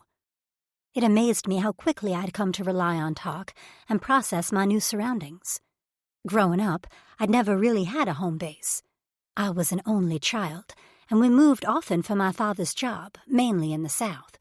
Then my parents divorced when I was a preteen, and my new normal was an overworked mom and an absent dad. I'd been relatively close with my mom, but she died of a heart attack when I was in college. After that, I moved several more times as better-paying library jobs opened up. I'd been in South Carolina for about 1.5 years before I'd woken up on a spaceship. I had a few friends who would miss me, but probably not anyone who would actively push to find me. I hadn't talked to my dad in 3 years. I'd learned to adapt quickly to new circumstances, but those circumstances still had boundaries and certain parameters since they were all on, Earth. I'd always been a curious person. As a kid, I loved fantasy books and used to analyze the black and white maps in the front of the books. Tracing my fingers over the little triangle mountains and the squiggly line oceans, I'd close my eyes and picture another world. Of course, that'd been from the safety of my bedroom, where the only stars were the glow-in-the-dark ones on my ceiling. Yet now that another world was my reality, I wasn't losing my mind, only mildly freaking out inside. I could only surmise that the source of my semi-calm was Talk. Something about him made me feel safe, and I wanted to explore that. Maybe that made me a little loony, but if focusing on Talk helped me cope with my current situation, then I was going to go with it. Anything was preferable to losing my mind. Deciding to explore a bit more, I left the bed and crept to the front room of the hut. The walls reminded me of a log cabin, thick, rounded trunks held together by a blackened substance. A table stood off to one side with a few chairs, and in the other corner was a smaller set of bedding. This looked to be more like Shep's living quarters. A pair of boots stood in one corner, and some pants hung over the back of a chair. I wondered what Talk's home looked like. I wrapped my fingers around the door's handle and pulled. The door gave way, a bit of light spilling inside. I gasped and quickly shoved it shut. I had assumed they'd locked me inside. I could open this and just walk out, maybe escape. But the thought of striking out on my own on an unknown planet sounded like a terrible idea. Even though I had no idea what awaited me in my future, talk seemed like my best bet. Not that I was ever good at betting. I sighed and slipped over to a window. Earlier I'd heard noises outside, so I didn't think we were in a secluded area. I peered out, hiding in the shadows as best as I could. I wasn't risking the chance of walking out there alone and getting snatched up by Ponytail or worse. Was there worse? Probably. From what I could see, we were in some sort of encampment or settlement, except it looked like it had been through a war. At the end of a cracked road stood a large apartment building. The top floor was shorn off, and half of the floor below it. Through a hole in the bottom floor, I could see more blue aliens milling about. A lot more. Many walked along the road or stood outside a large garage structure, where they knelt next to dozens of hoverbikes. The blues were strapped with weapons and had multiple piercings on their faces. I thought about Talk's tongue and wondered where else these aliens had hidden piercings. I shook myself. It's not the time to daydream, Anna. I craned my neck to look outside as far as I dared. In front of another building, racks of what looked to be animal skins dried in the sun, while more aliens knelt over buckets of liquid, dunking clothing and scrubbing them clean. In a larger courtyard area to my left was a large fire, and many aliens stood around, stirring things in pots and eating. Their technology interested me. Many had a gun-like device strapped to their belt. Their medicines were superior to ours, and that shower thing was definitely like nothing I'd ever seen before. I still couldn't figure out how that air had cleaned me, but it had. My hair shone and my skin nearly glowed, but their camp seemed on the primitive side, hand-washing clothes and cooking over an open fire. How did they get their tech? If they stole it, I was curious who they stole it from. One thing I didn't see: females. Unless this species had no distinguishing features between males and females, which I kind of doubted. No females with breasts, no couples who looked to be together. Nothing. Just an entire camp of about 50 big blue males, plus little old me. I sucked in a breath and slid back farther into Shep's house.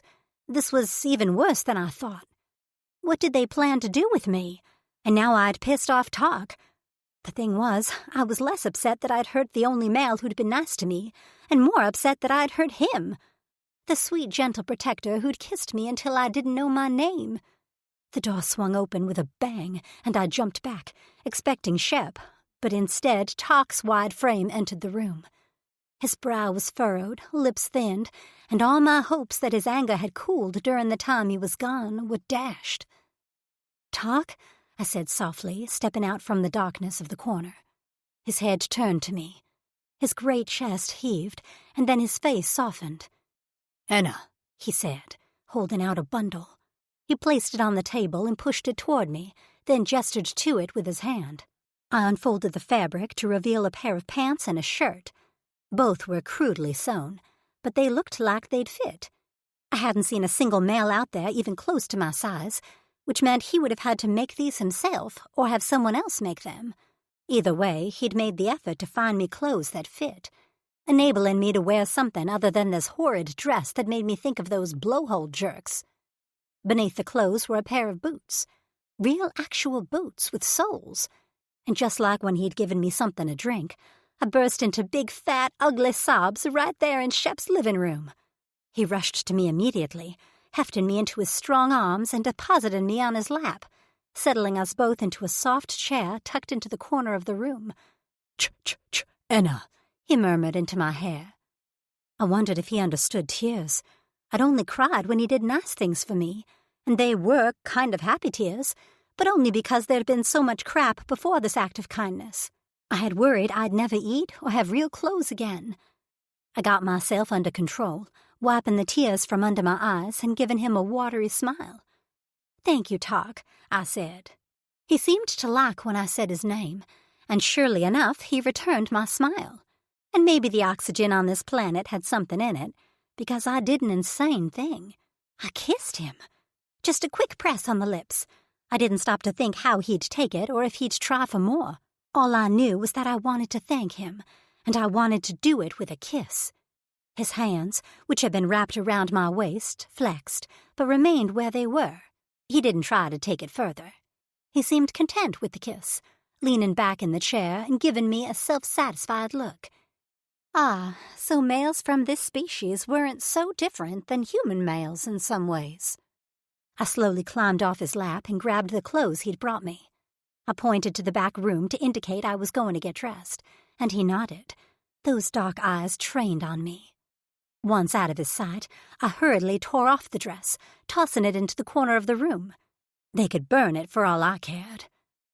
I slid the pants on, which fit a bit like leggings. The fabric was unfamiliar, of course, and when it came into contact with my body heat, it almost seemed to conform to my curves. Interesting and comfy. The shirt was a little big and hung off one shoulder. I mourned the lack of a bra, but there was nothing I could do about that. The boots were awesome. I slipped my feet into them, and like the pants, they formed to my feet.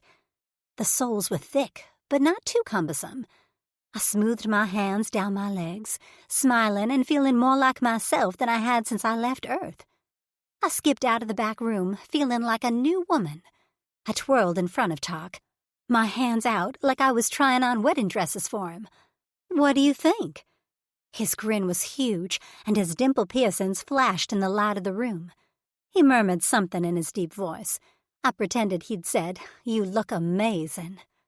He looked kissable, lickable, and I was about 2 seconds away from giving in to my urges when the door opened and Shep walked inside. Chapter 5. Tark. I reluctantly tore my gaze away from Enna. Her smile was captivating, and I vowed to make her smile as much as I could. I hadn't expected her to be so happy about new clothes.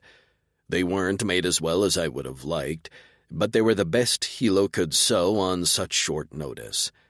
I made a mental note she liked gifts. Shep cleared his throat and raised his brows at me. "One of Bolt's seconds is guarding my door. You know anything about that?" My mood immediately soured. They were taking shifts, so I'd be guarded all night. "Bolt's orders. He doesn't trust me." The corner of Shep's mouth lifted and he plunked down a packet of meat on the table. He stepped closer and lowered his voice. "He shouldn't trust you." "I wish he was stupid," I muttered. "If he was stupid, he wouldn't be our Drexel," Shep said. "Now how about we feed your female?" He turned away from me and powered up his cooking device. Enna had been listening to our exchange, her face pinched in concentration as if she was trying to guess what we were saying. I couldn't get this translator implant fixed fast enough. I longed to talk to her. "Enna," I called to her. I sat down at the table, beckoning her with my fingers. She took a few cautious steps toward me, her cute little nose in the air, sniffing as Shep seared our meat. Despite the empty chairs, Anna perched herself on my lap, and my chest nearly burst with pride. I wrapped my arms around her and inhaled the scent of her clean hair. In minutes, the three of us had plates of antella meat with some vegetables from the Clavis's garden. "What's your plan?" Shep asked, his voice pitched low so our guard couldn't hear. I jerked my chin toward my bag in the corner. "Supplies are all packed.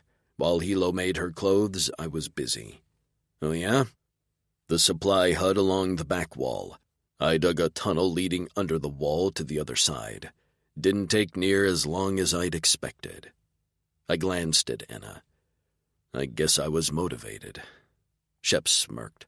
"You don't say. I'm assuming you need something from me, like a distraction for your guard?" I nodded. "Any ideas?" "Sure. I know Blesser can't resist spirits. I'll provide him with some and add a little sleep aid. He'll be passed out and snoring in no time." I smiled. "Perfect. But will they suspect you?" Shep shook his head. "Stop worrying about me. Worry about yourself and your Enna." I glanced down at my empty plate. My stomach was a mass of nerves, but I'd forced myself to eat because I needed the energy. I won't be able to take my bike. I figured that. I placed a hand on Shep's shoulder as I already mourned the loss of my bike. "Take care of her for me." He smiled and clasped my shoulder. "She will be in good hands." Later that night, I sat in the darkness, listening as the sounds of the clavis faded. When I was sure they were all either asleep or passed out, I crept to the window and glanced outside at my guard. I smiled. The sleep aid Shep had covertly given him had worked.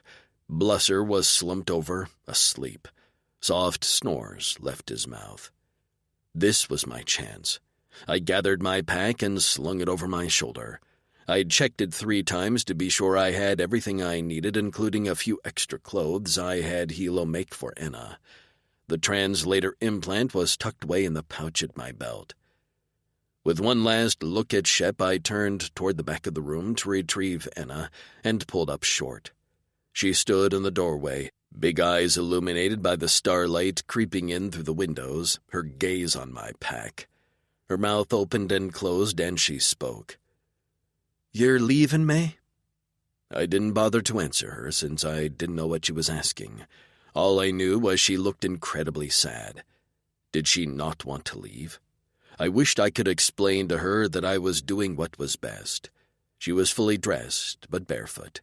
I grabbed her shoes and knelt at her feet, gesturing for her to put them on. Her expression cleared, confusion replacing the sadness. "I'm coming with you? Where?"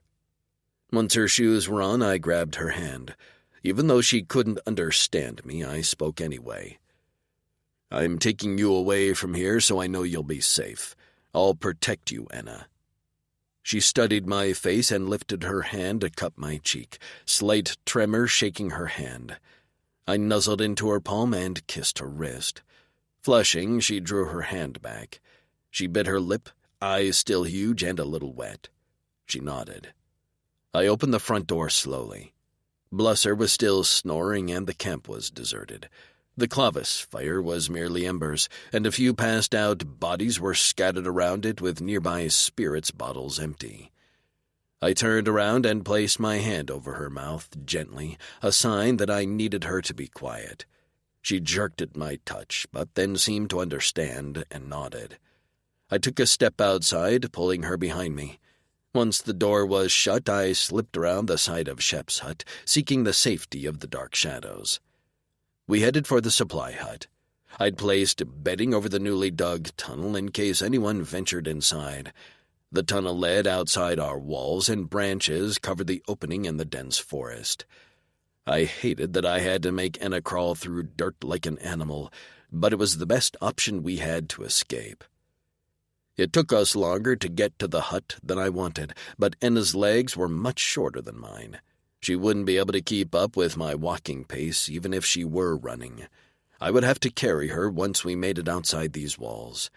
Crouched to remain in the shadows, we didn't have that option inside the gates. When we reached the hut, I hefted her into a window, then quickly followed her. She clung to me in the darkened hut with groping hands, and I wondered how well she could see. My eyes had long adjusted to the darkness. I pulled a small solar light from my belt and turned it on. Enna blinked at it, then grabbed it from me with an excited noise. I shoved the bedding aside to reveal the hole in the floorboards. Enna gasped and shined the light into the inky blackness. "We're going in there?" It took some awkward hand motions, but I convinced her to crawl into the hole. I followed her inside, and after grabbing the bedding and recovering the hole with it, I urged her ahead. She looked nervous and kept glancing back at me like she was afraid I didn't plan to follow. I wished I could tell her I'd never leave her. When we reached the other side, I pushed through the leafy covering and pulled Enna out. I held her to me. "You did great, Enna." Face streaked with dirt, she beamed at me and patted my cheek. She brushed off her clothes as best as she could. "Where to now?" I gripped her hand and knelt for her to get on my back. The leaves above me rustled. I shoved Enna behind me and rolled to the side, just as 2 feet landed on the ground where I'd been kneeling. Enna muffled a scream, and I jumped to my feet. Juster, Bolt's third, stood with his feet braced and machetes lifted. "I knew you'd try to steal her," he said, his lips curled into a snarl. "You thought only Blusser was on guard?" He cricked his neck and flexed his arms. "Your mistake. I've been watching you this whole time, sneaking around. It wasn't that hard to find your exit hole, and now I have to kill you for stealing Bolt's property. Or I'll just hurt you real bad and drag you back so Bolt can make an example of you. But probably not until you hear the female screaming for what Bolt has planned for her." Protectiveness surged within me as I unleashed my machetes. The bone blades lifted from under my scales, the black shining under the moonlight along my forearms, the top of my head and down my back to the base of my tail. My nails lengthened into claws. We were bred for fighting, us Drixonians, with razor-sharp weapons just below our skin waiting to be unfurled. We could skin an entella in seconds with just our claws. "Oh my gosh," Anna gasped, but I couldn't turn to comfort her. My focus had to be entirely on my adversary. Juster was one of Bolt's best because he was a good fighter. But he wasn't me. Juster had tried for the element of surprise, dropping in on me from the trees, but he'd failed. As he watched me ready my armor, the first flicker of fear entered his eyes. I was bigger, older. What he didn't know, and what he should fear the most, was that I had something to fight for. Enna. I'd do anything for her, even kill a fellow Drixonian. Engaging in the Drixonian battle stance, I crossed my arms at the wrists in front of my neck and met his gaze from between my fists. Juster growled and leaped. I arched my back to avoid him, and his forearm machetes missed me by inches. I ducked and swung my leg out, taking him off his feet. I brought my tail armor down, but he rolled and I hit dirt. Juster flipped back onto his feet and brought his head down. One of his scalp spikes slashed me in the neck, and I shuffled back. "One more of those and you'll bleed out." Juster grinned, emboldened by his small victory. It'd be his only one. I was done being cautious. I didn't want to kill Juster, but it was clear he would kill me given the chance. No way would I let him take me alive. With a warning growl, I advanced. Juster was ready for me to come at him, but he wasn't ready for my speed. I slammed my fist into the side of his face, stunning him long enough to get him on his back with my machetes at his throat. His eyes went wide and he tried to roll. I held him in a firm grip. He wasn't going anywhere. I had to admit even I was surprised at how quickly I'd beaten him. I felt stronger, faster, and I assumed it was because I had something to fight for. "I can just put you out," I said. "We don't have to kill each other." He struggled beneath me, but my weight on his chest held him in place.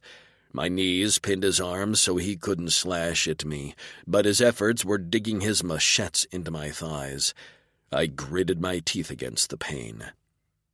"You're going to have to kill me."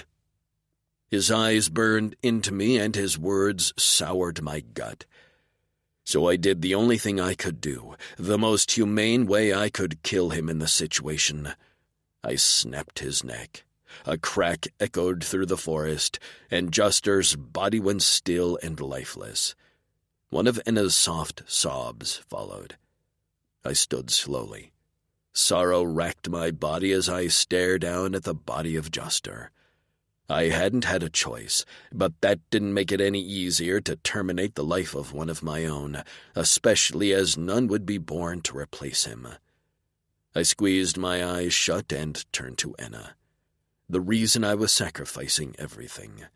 She looked at me, horror and panic written all over her face. I glanced down at myself, brushing at a cut in my chest that still bled. My machetes dripped with Juster's blood. The life I'd taken. I couldn't imagine how I looked to her. Would she ever see me the same? Had I lost her? I wanted to reassure her that I was still me, still Tark. But I didn't have time. We had to get out of here as fast as we could. I lunged toward her and she let out a short scream. I picked her up, cradled her in my arms, and took off into the forest at a dead sprint. Anna. He ran so fast that the world was a blur of dark shapes. My tears dried as soon as they dropped from my eyes. I clung to him, stomach churning.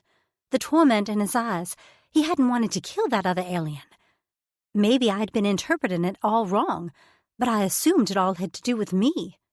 Talk was leaving with me, and he wasn't allowed. He'd killed for me. Since I'd walked in on him strapping a pack to his back, my life had been a roller coaster of emotions. I'd thought he was leaving me, sneaking out in the middle of the night. But then he'd taken me with him, only to shove me into a hole in the ground. I'd been elated at our escape, only to lose my freaking mind when that other alien had challenged Talk. I wondered if Talk had planned to leave me out here on my own. As in, he would help me escape, but then head back to his home. But he still wore the pack, and I couldn't imagine he'd be welcomed back if he'd killed one of them. I'd caused that. Me, or really the blowhole jerks who'd started this whole thing. My anger at them roared to life again. My head spun, and despite Talk's smooth gait, the constant motion was making me sick. I smacked his chest to get his attention, and his gaze snapped to me. But he didn't slow. I struggled in his arms and hit his arms with my fists. Finally, he drew to a stop. Carefully, he set me on my feet, and I stepped away. The moonlight backlit him, and I couldn't help but flinch at his wicked silhouette. His black blades, which moments ago had lifted from his scales like an enhanced wolverine, were still on full display, their slick surfaces gleaming in the starlight. Their triangular points were bent like large shark's teeth, jutting from his forearms, the center of his skull like a mohawk, and down his back to the base of his tail. I'd seen what those blades could do and how they could slice through his opponent's scales like butter. I couldn't imagine the damage he could do to human flesh. His chest heaved, and his hands fisted at his sides. His eyes were impossibly black, and his body still shuddered with repressed anger. Did he resent me for making him kill one of his kind? He took a step toward me, and while in the back of my mind I didn't think he'd hurt me, I flinched again and stepped back. He froze, and the laugh seemed to drain from his eyes. Maybe I was in shock, because I could do nothing but whisper, "I'm sorry." I wasn't even sure what I was sorry for. That he killed for me? That I'd flinched for him? That we were in this situation neither of us had asked for? Anna. My name was a broken whisper. He looked up into the sky, closed his eyes, and then his big body jerked. His body buckled, and he fell to his knees with a thud, his blades retreating back into his skin so he was once again the gentle Talk I had grown to care for. I hated how defeated he looked. I didn't really know what was going on, but I got the sense he was sacrificing a lot for me. His last exchange was Shep, where they'd clasped arms and murmured soft words to each other. Couldn't have been interpreted as anything but a goodbye. Shaking myself out of my stupor, I stepped forward and slid my fingers into his damp hair. He was coated in sweat and dark blood, but I ignored it all. My big alien needed comfort, and I needed it too, so maybe we could lean on each other. He was so tall, his forehead rested between my breasts, and I cradled his head in my hands. His arms wrapped around my waist, holding on to me tightly, like he wished to never let me go. "I'm sorry I had to kill one of yours, Talk. I don't know why you're doing this for me. You could have let Ponytail have me. You could have done so many other things, but instead you chose to escape with me." He tilted his head back, and dark eyes met mine. They were firing now, streaks of lighter purple swirling around his iris. The heat from his body seeped into my muscles and heated my bones.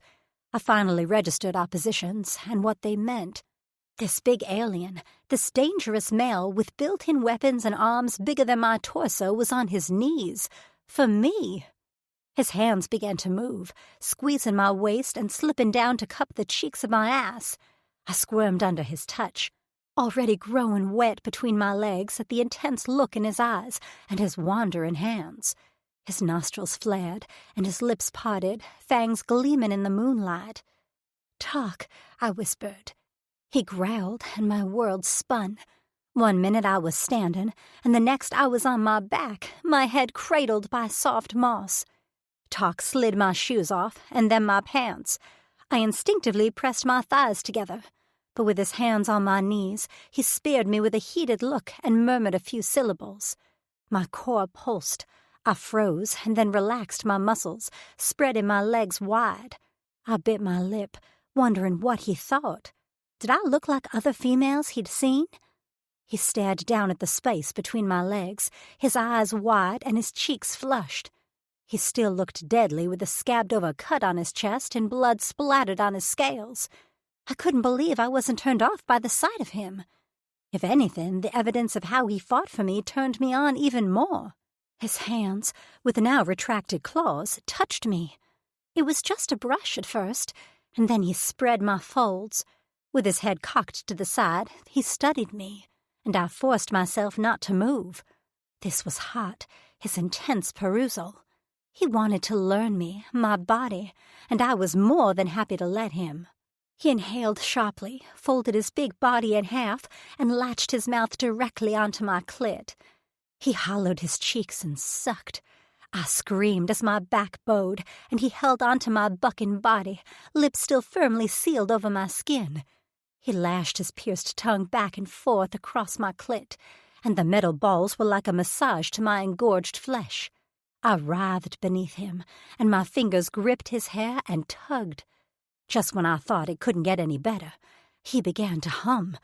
He said a rhythm of suck, lick, swirl, suck, lick, swirl. He hummed through it all, and the steady vibrations echoed to each of my limbs, so I felt him everywhere. Just as I felt the orgasm building, so big that I swore I'd combust, he pulled off my clit, swirled his tongue around my entrance, and speared me with that talented appendage. I swore I levitated. His tongue reached all the way inside, to places I'd never been touched before. His hums turned into growls, and his lips worked alongside his tongue. As he aided me, my cries and groans punctuated the still of the night. He touched me everywhere inside, his piercings rippling down my inner walls and lighting my blood on fire. I scratched the ground, digging my fingers into dirt. Then I grasped at his hair. I raked my heels down his giant back and marveled at the male on his knees, his lips locked onto my sex, servicing me. His eyes, like purple lasers, met mine over the bucking of my body. His lips curled, and his tongue dipped farther. My orgasm barreled down my spine like a scorching flame, and I detonated. My vision widened out, my neck craned, and my eyes rolled into the back of my head while I shuddered, and shook, and whimpered. When I came back to myself, I was still on my back, naked from the waist down, and Talk's head was resting on my thigh. His tongue lapped at me lazily, cleaning my sex and my inner thighs, even dipping to sample the crack of my ass. His eyes were closed, his features relaxed with bliss. I told myself to sit up, to say something, to reach into his pants and return the favor, but my eyelids were droopy. I yawned and thought of a few things I wanted to say, but never got them out as I drifted off into a post-orgasmic nap.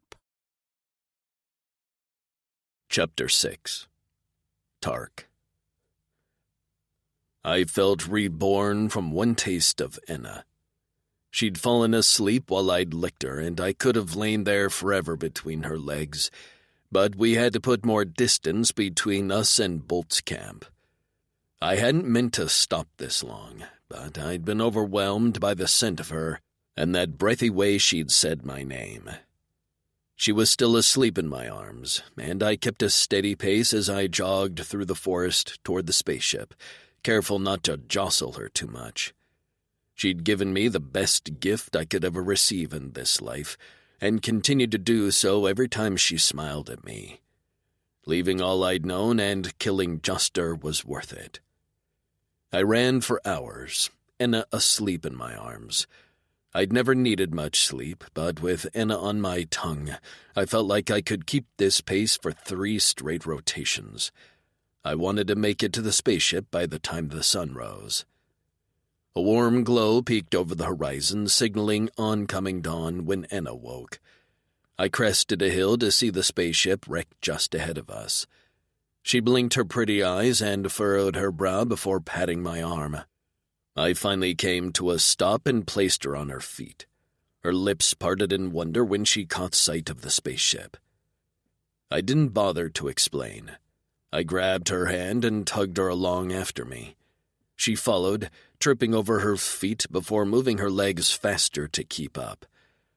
By the time we reached the hole in the hull, she was panting. She bent at the waist, hands on her knees, and peered up at me through her hair. "Damn, you're fast." She squinted into the darkness of the ship. "What are we doing here?" I pulled her inside and found a spot free from debris and hidden from outside view. I pushed on her shoulder until she plopped down on the floor. I held my hand up, palm out, gesturing for her to stay. Her eyes shifted and she crossed her arms over her chest. "I will stay, not a dog." I handed her the solar light so she'd be able to keep track of where I was. When I was content she wouldn't get in my way or hurt herself on any of the ship's damaged parts, I got to work. Back when we worked for the Aldani, our jobs were hired muscle, law enforcement, and bodyguards. I'd accompanied the Aldani as protection on several Ragul ships, so I knew my way around the spacecraft. The Aldani thought we were only good for fighting and doubted our intelligence, but I had paid attention as I'd stood in the background. Always. I learned what powered the ships, special fuel the Ragul found on a distant planet. I knew what the control panels did, and in a pinch I'd probably be able to fly one of these things. That was how I knew there would be a QR chip on board. I'd have to dismantle the steering panel to get to it, and I hoped it wasn't damaged. Getting to the cockpit of the ship proved harder than I had thought. Most of the front section had been destroyed or buried from impact, and I began to worry this was fruitless. I could barely squeeze my body through the crumpled metal, and the cockpit chair was crushed across the entire control panel. "Fleck," I muttered, now on my hands and knees because there was no standing room. I pulled on the chair and it came away in pieces to reveal a severely damaged control panel. A bloated Ragul body lay crushed under a panel. I wrinkled my nose at the smell and pushed on. A Ragul weapon, one of their turpins, was lodged into the right side where most of the engine controls were located. An indication of why the ship had crashed? I'd have to ask Enna later. The engine controls were not my goal, so I focused on the steering mechanism. The panel's cover was dented, and I hoped all the precious parts beneath it weren't damaged. That was my only hope to make this implant work. Now I just needed the correct tools to dismantle the panel, because of course the flecking Ragul had special tools for just about every part on this ship. I wrenched open the melted cabinet door above the driver's seat. Tools rained down on my head, pinging off my horns and clattering to the floor. Enna's solar light waved wildly, and I reassured her by saying her name softly and telling her I was okay. That seemed to settle her, and her light retreated. I dug around in the cabinet, feeling for the 3-prong rod that I needed. "Thank Fatas," I said when my fingers closed around it.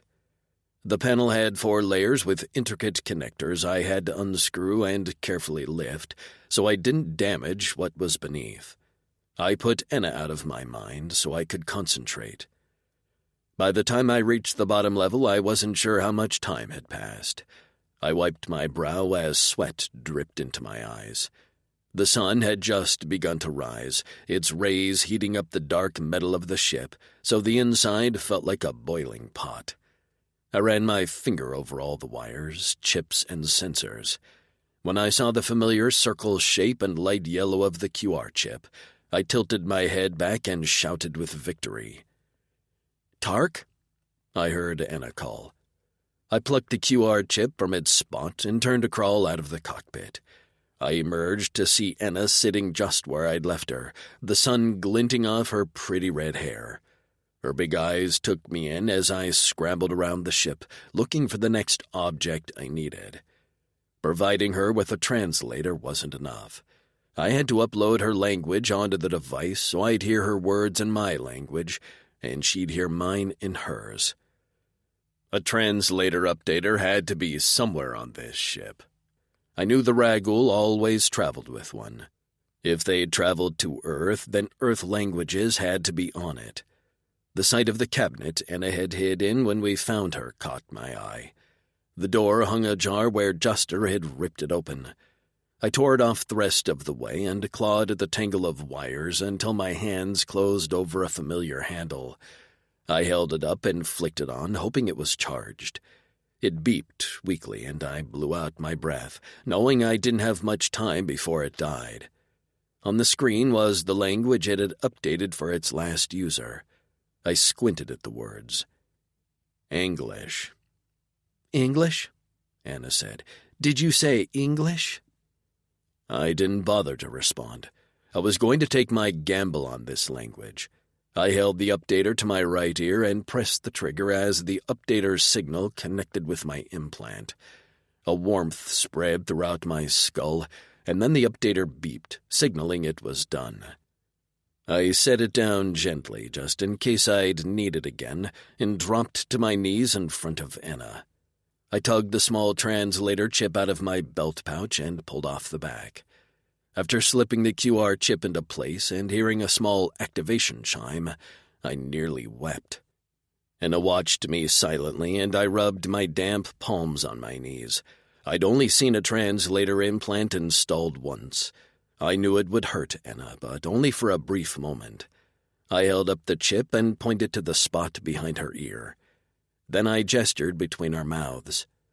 She frowned, and I didn't think she understood. She brushed her fingers over the implant and cocked her head. Will this help us talk? Her voice. Oh, Fatus, her voice. I could understand her. Nearly giddy, I focused on the next step. I held up the implant again. I need to place this. I touched it to the skin behind her ear. Right here. I didn't think she quite understood yet, but she swallowed and looked at me with so much trust in her eyes, it took my breath away. She nodded and said, I trust you. My sweet Anna. She trusted me. I would spend my entire life keeping that trust. I willed my hands not to shake. I pressed the small button on the side of her implant to turn on the implantation sequence. The implant vibrated and a few sharp needles descended. Planet Tauran Drixonian. I spoke against it to set the correct language. The button flashed a yellow light to signal it was ready. I met Anna's eyes, held her chin, and with a quick jerk of my palm shoved the implant against her skin. Her mouth dropped open, her skin paled, and as the needles sunk into her skin and curved to cement their place, she opened her mouth and screamed. Anna. Pain slammed into my skull and cascaded down my spine. I fell onto my back and clawed at the thing Talk had screwed into my head. Get it off! I screeched as the device beeped, and then the pain intensified. I writhed on the ground, unable to see Talk through the tears in my eyes, betrayal singeing my nerves. It hurts! Get it off of me! His hands entered my vision, reaching for me, and I batted them away. I snarled at him, even though the pain, as quick as it had come, began to lessen. I know it hurts, but it'll only last a moment. Give it time. Yeah? Well, how long do you consider a moment? I snapped at him. I froze, and realization dawned on me, taking my attention away from the stupid device now stuck on my head. I'd understood him. I jerked upright and stared at him. Did I just understand you? He smiled. Yes, that's why we're here.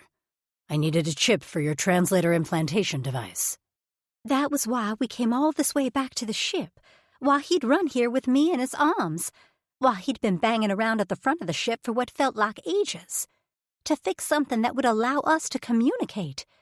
My heart swelled, the pain in my head merely a dull ache now. I could live with it if it meant I could finally talk to him. And then it happened. My eyes burned and I blubbered out a sob. Talk gathered me into his arms, and I clung to him, wetting my skin with my tears. Ch, Enna, he said. Ch. I'm sorry, I said, wiping my tears and trying to get control. It seems like every time you do something nice for me, I can't help the tears. Is that not normal for humans? Well, usually we cry when we're sad. His brows furrowed as he thought about that one. But you are not sad about the nice things I do, are you? I laughed. No, it seems like every time you show me kindness, all the scared emotions and everything I've repressed since landing on this planet come out, in tears. I plan to show you more kindness, so I guess you'll be crying a lot. I reached up and palmed his cheek. I can't tell you how happy I am that we can talk. It is all I thought about since Shep gave me the device. So how does it work? I programmed it so you speak and understand my language. I updated my implant, which I already had, with your language. How can it do that? The device translates the words before it hits the part of our brains that interprets language. It still didn't make sense to me, but then neither did Shep's medical instruments or how I'd woken up in this hut with all my injuries completely healed. We don't have anything like this on Earth. He nodded. We don't know much about humans, but we have heard your technology is primitive to ours. I decided not to take offense at being called primitive. So you know I'm human? I didn't at first. Shep had to tell me. How did you come to be on this Ragul ship? Ragul? Those are the species who fly this type of craft. One eye, pale. Ah, yes. I called them blowhole aliens in my head because they looked like dolphins. Dolphins? I waved my hand. We didn't have time to cover Earth species right now.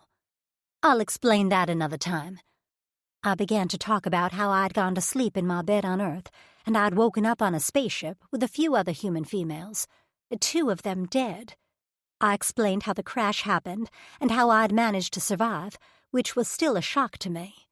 He listened with rapt attention, his fists clenching a few times as I went over how close I'd come to dying. And then, I said, well, then you and your, friends showed up, and I think you understand what happened after that better than I do. I shifted in his lap, staring up into his handsome face. Are we going back? He inhaled sharply, and I didn't miss the way sadness crossed over his features like a cloud. He shook his head. No, sweet Enna. We will not be going back. Does it have to do with the ponytail guy? Who? The man who held me. I wrapped my hands around my throat. His face darkened, and the corners of his mouth twisted into a snarl. Yes. Bolt is our Drexel, and— Wait, what's a Drexel? I asked. Our leader. Oh, okay. Go on. He started out a good warrior, but time has worn on him, and he's turned self-serving. I don't know his full plans for you, but they were not good. He threatened you, and I know he'd either keep you for himself as a pet or sell you to a species who would mistreat you, like the Aldani. My gut feeling on Bolt had been right. Who are the Aldani? They are another species on this planet. His jaw clenched. And our enemies. Shep and I think that was where this ship was heading. There are rumors they are collecting females of different species. For what? He shook his head. We are unsure, but it wouldn't be good.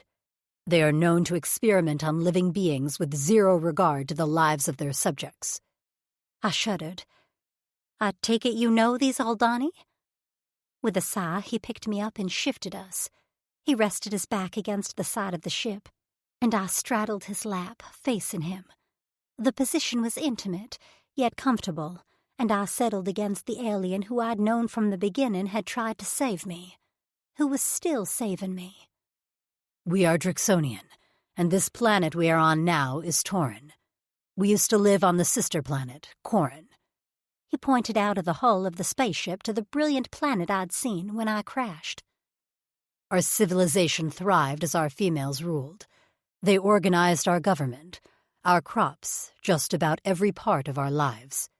Us males were the warriors. We protected our females and our planet while breeding to continue the species. His head drooped and his eyes closed momentarily. Until about 150 sun cycles ago, when an unknown virus spread. It killed all our females and most of our elderly males. The males who were left were lost. The government went to pieces. Our crops died. Our females were our purpose and our lives. All we knew was battle. Without them, we just drifted. The Aldani on our sister planet swooped in. They told us we could move to their planet and work for them. Be their law enforcement and their protection from invaders. We agreed. And life was okay for about 100 cycles, until we realized they had systematically begun kidnapping our males and experimenting on them, killing them. I sucked in a breath. "No, that's horrible. Why?" "We don't know. We led a rebellion, and while we didn't defeat the Aldani, we gained our independence. They hoard the tech on this planet, in a fortress on the eastern coast of the continent, and we are left with scraps." "How many of you are there?" "Thousands. We separated into clavas, each choosing a leader. We are mostly outlaws. We scavenge and raid." "So there are more, clans like yours?" He cocked his head. "We are called clavises." "Right, so more of these?" He nodded. "Some we are allies with, or used to be, until Bolt burned those friendships. But organization is historically not our strong suit." He held up his arms, and his blades lifted slightly from his skin before settling back down. "This is what we know, what we were bred to do." "You're like Spartans," I said, running my hands over his skin. "Who?" "A civilization from, Earth history." "Earth," he said with wonder, his dark eyes shining. "I wish I could return you, Enna, but we have no ships and no way to travel that far." I sucked in a breath at his words, and my heart beat a mournful rhythm. No more Earth. I'd never see my townhome or my neighbors or my sweet little 6-year-old Mara who visited the library faithfully every Tuesday to check out a new dinosaur book. Tears flooded my eyes and spilled over my lashes. "I'm so sorry," Talk said. "but the only species we know who has the capability to travel to your home planet are the Ragul, and they are in league with the Aldani." I swiped at my eyes. I'd deal with my grief later. "So they're not your friends, right?" He shook his head. "And the Aldani destroyed our ships in the rebellion. We have no way to travel off-planet. The Aldani hoard a few emergency ships in unknown locations. We have tried to find them, as some of the Drixonian wish to return to Corin." I scowled. "I really hate these Aldani." He laughed and sifted his fingers through his hair. "Me too, sweet Enna. Me too." Chapter 7. Tark. As much as I enjoyed talking to Enna, we couldn't spend any more time at the ship. We were exposed, the heat was too much, and the smell from the few bodies that hadn't burned up on impact was overwhelming. With Enna in my arms and my pack on my back, I traveled as far as we could away from the wreckage until we both needed to stop and eat. I settled us among dense foliage to camouflage us against predators and worse. Bolt. After we munched on some teen bars and downed some Monstra, Enna laid her head against my chest. Her warmth seeped through my skin, and my blood hummed. I could finally speak to her, and she was just as sweet as I'd imagined. Perfect for me, and well worth everything I had to do, and would most likely have to do in the future. I glanced at my tag, the metal armband with a black blood drop stamped into it, which I had worn so proudly at Shepside for many rotations. but I was no longer a black blood. I flexed my biceps with a sigh. I'd take it off when we reached our new home. "So what now?" she asked, her warm breath heating my skin. Her fingers scratched at the scales on my shoulders as I rested against a tree trunk with her tucked against my chest. "If we're not going back, where will we go?" "We will live on our own. I know some places we can be safe and hidden away.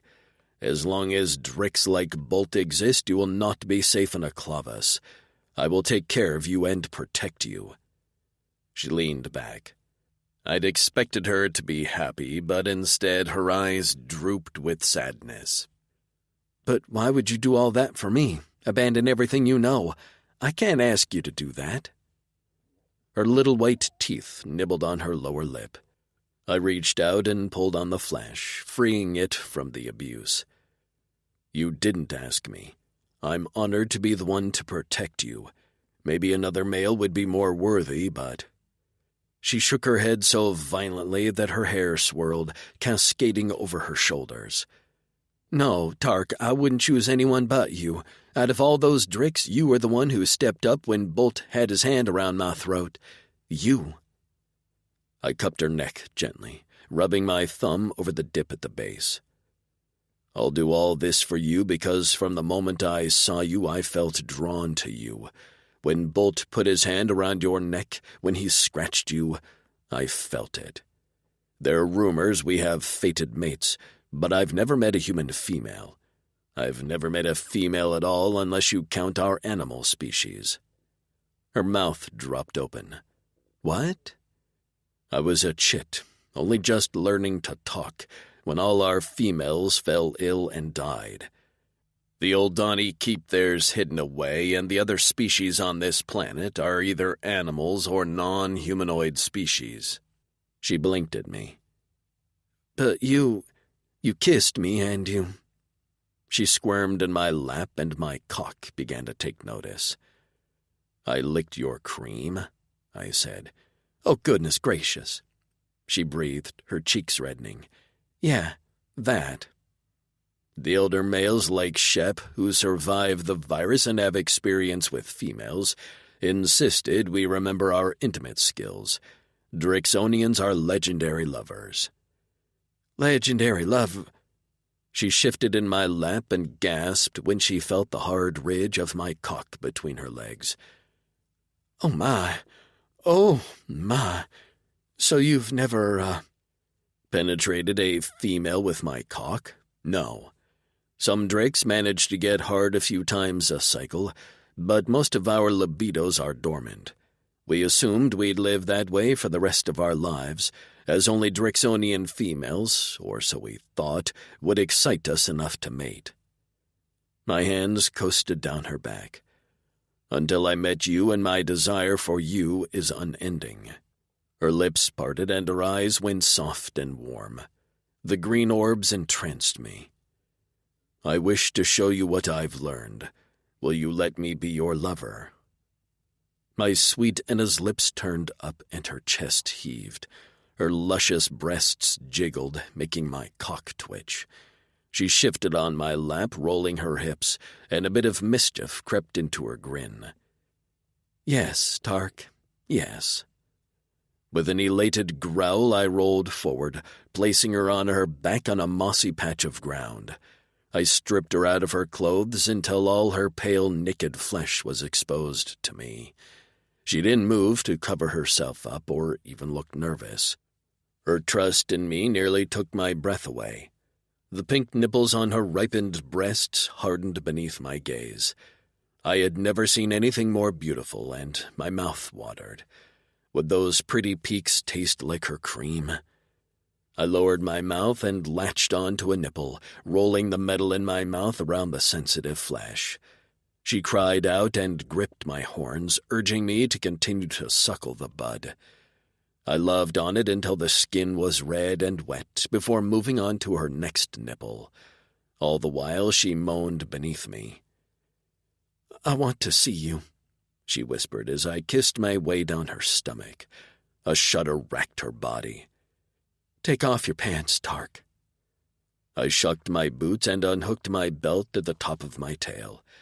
After rolling my pants off my legs, I tossed them in the corner with Enna's clothes. I had no idea what the men of her species looked like, so I rose up on my knees so she could look her fill. Her gaze coasted down my body, and she sucked in a breath when her eyes landed on my cock. "Oh, Lord," she murmured. She slowly reached out to touch the tip of my cock, which leaked with my libo. Shep said it was warm slick to ease our way into females. "This is... wow," she said. Was that good or bad? I began to worry. "Is my cock not to your satisfaction?" Her gaze shot to mine. "Satisfaction?" Her shoulders shook, and then laughter bubbled out of her. "Satisfaction?" Her voice rose. "Your penis is a work of art. I don't even know where to start. The head is angled and it's ribbed, long and thick. To add to that, you have a notch on the top to rub against my—" She blew out a breath and her cheeks pinked. "To answer your question, I'm quite satisfied." She shrugged as her flush continued down her neck to the top of her breasts. "Not that I have that much experience, but I have an active imagination and a love of romance books." I wasn't sure of much of what she said, but from what I could understand, I liked. My cock liked it too, especially when she closed her hand around the shaft and tugged. I tilted my head back on a moan. She squeezed harder and my hips began to jerk in time with her strokes. "Please, Enna," I whispered. "Please what?"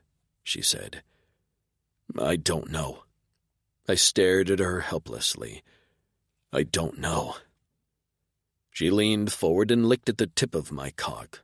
My libo glistened on her tongue before she pulled it back in her mouth. She said. "How is this possible? You taste sweet." I couldn't take it anymore. Her hands, her tongue, the way she allowed me to touch her. I needed to taste her again. I pushed on her shoulders until she was once again on her back, and then I tugged her legs apart. This time she opened them willingly, and I sank down to the floor to drown myself in her cream. I sucked on her pretty hard nub, loving the way she gushed into my mouth on a silky moan. I lapped at her entrance and dipped inside where my cock ached to be. She arched her back and said my name in breathy pants as I speared her over and over with my tongue. I hummed, the vibration of skill that only the Drix had, a vibration of our throat, tongue, and cock. She went wild beneath me, just like she had the night before. "Yes," she screamed. "Don't stop. Please don't stop." Like I'd ever stop.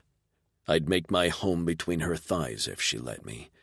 I raked the metal in my mouth over that spot inside of her I'd only dreamt about. Her body locked up, her legs shook, and she shouted out my name as shivers coursed down her spine. Her heels skittered on my back, and still I ate at her, unable to stop myself. She was just so sweet, my Enna. When her body stopped shaking, I rose above her, still licking around my mouth to gather up the last of her cream left on my skin. She swallowed, cheeks red, breasts heaving. "You are so good at that. Legendary lovers is right." I needed more.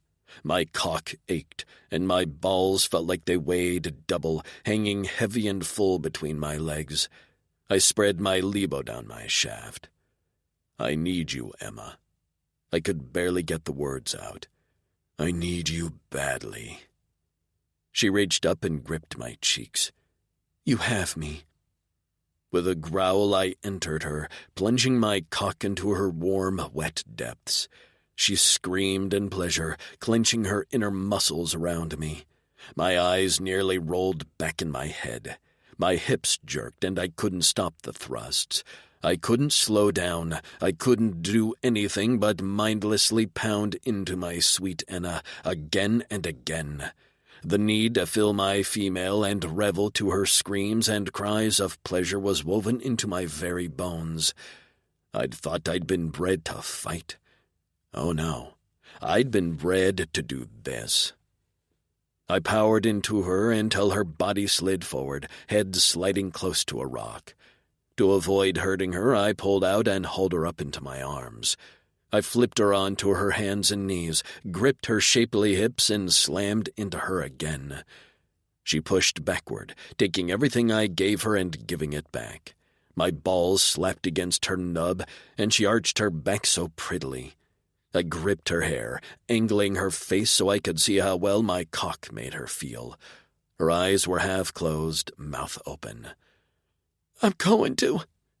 She let out a high-pitched shriek. "I'm going to come again, Tark. Your cock, it's vibrating."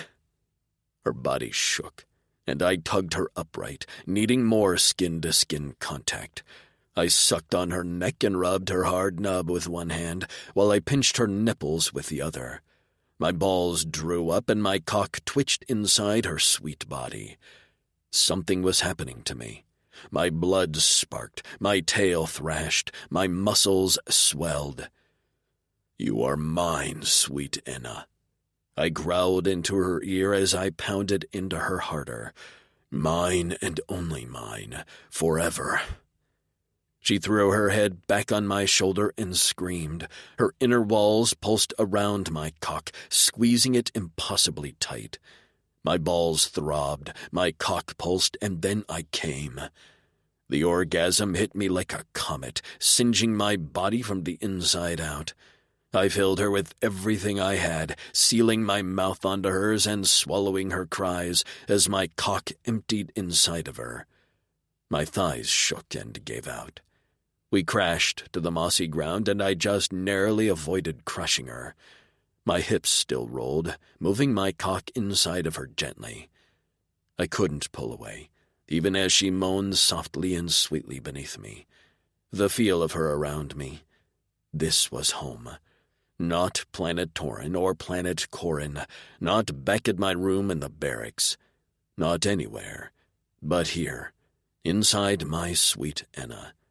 I'd found everything I ever needed. I rolled us to our sides, her back to my front, still connected. I pressed kisses to her neck, and she reached back, her hand stroking through my hair and over my horns. She sighed, and her sweet pussy rhythmically squeezed me. "I am yours," she said softly as I stroked the soft skin under her breasts. "And I'm honored to be yours." Anna. I didn't have words for what Tark and I had just done together, in any language. The pleasure was indescribable, and Tark's declaration that I was his comforted me on a soul-deep level. He held me tightly, his hands caressing me, and I nuzzled back into him. His cock finally slipped from my body, but he didn't move, didn't separate us an inch. The wind rustled the leaves above us, letting a sun rays warm our bodies.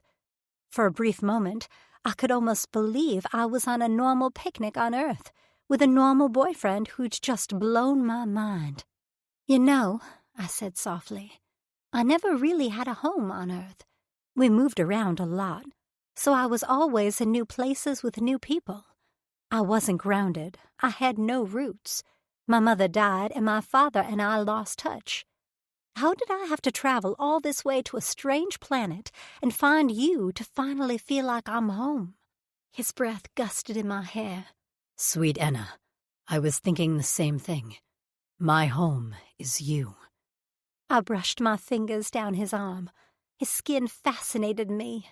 Up close, I noticed his scales were more pronounced on different parts of his body, mostly on his shoulders, chest, and down his sides. "You mentioned that Shep is your elder. So how old is he? How old are you?" I'm 150 cycles old. "What?" I rolled in my arms to face him. My translator interpreted a cycle as one full rotation of Torin around the sun. So, like a year. "Is your cycle comparable to our year on Earth?" He shrugged. I'm not sure about that. "And you're 150 cycles old?" I squeaked. I am. I nibbled my lip as my anxiety spiked over my next questions. And how long do you live? About 500 cycles. I shot up to a sitting position. 500? His hand settled on my thigh. Human life expectancy is shorter, right? Yeah. I'm 30 and I might live to 100 if I'm lucky.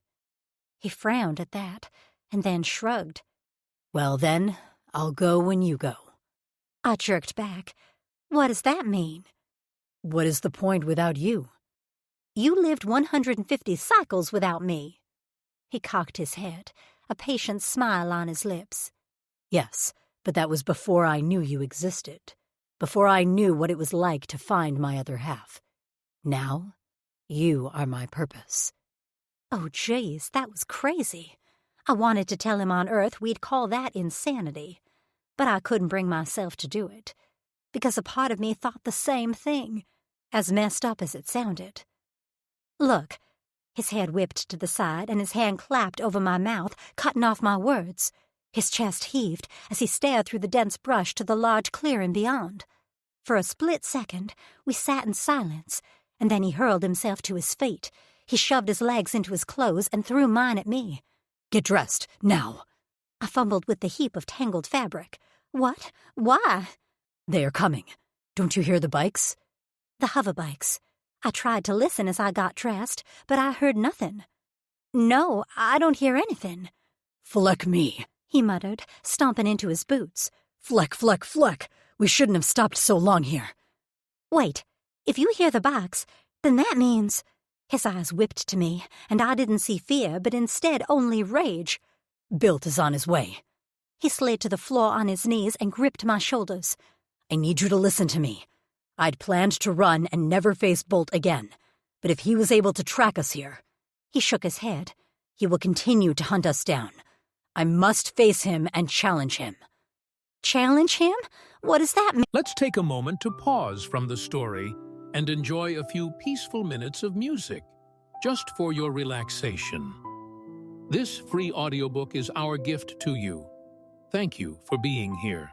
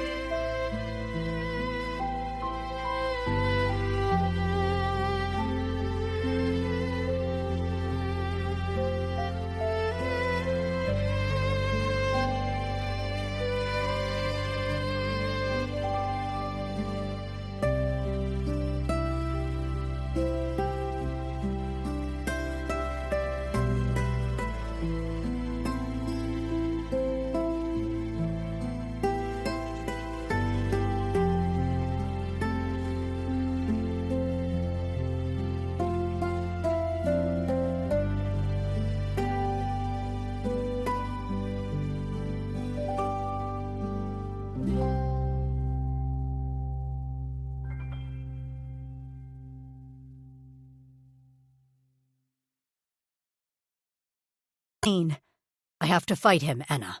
To the death. What? I shrieked. He looked over his shoulder. They will be here soon. Stay here behind this tree and don't come out until I come to get you. He stood, and I lunged after him, latching onto his ankle.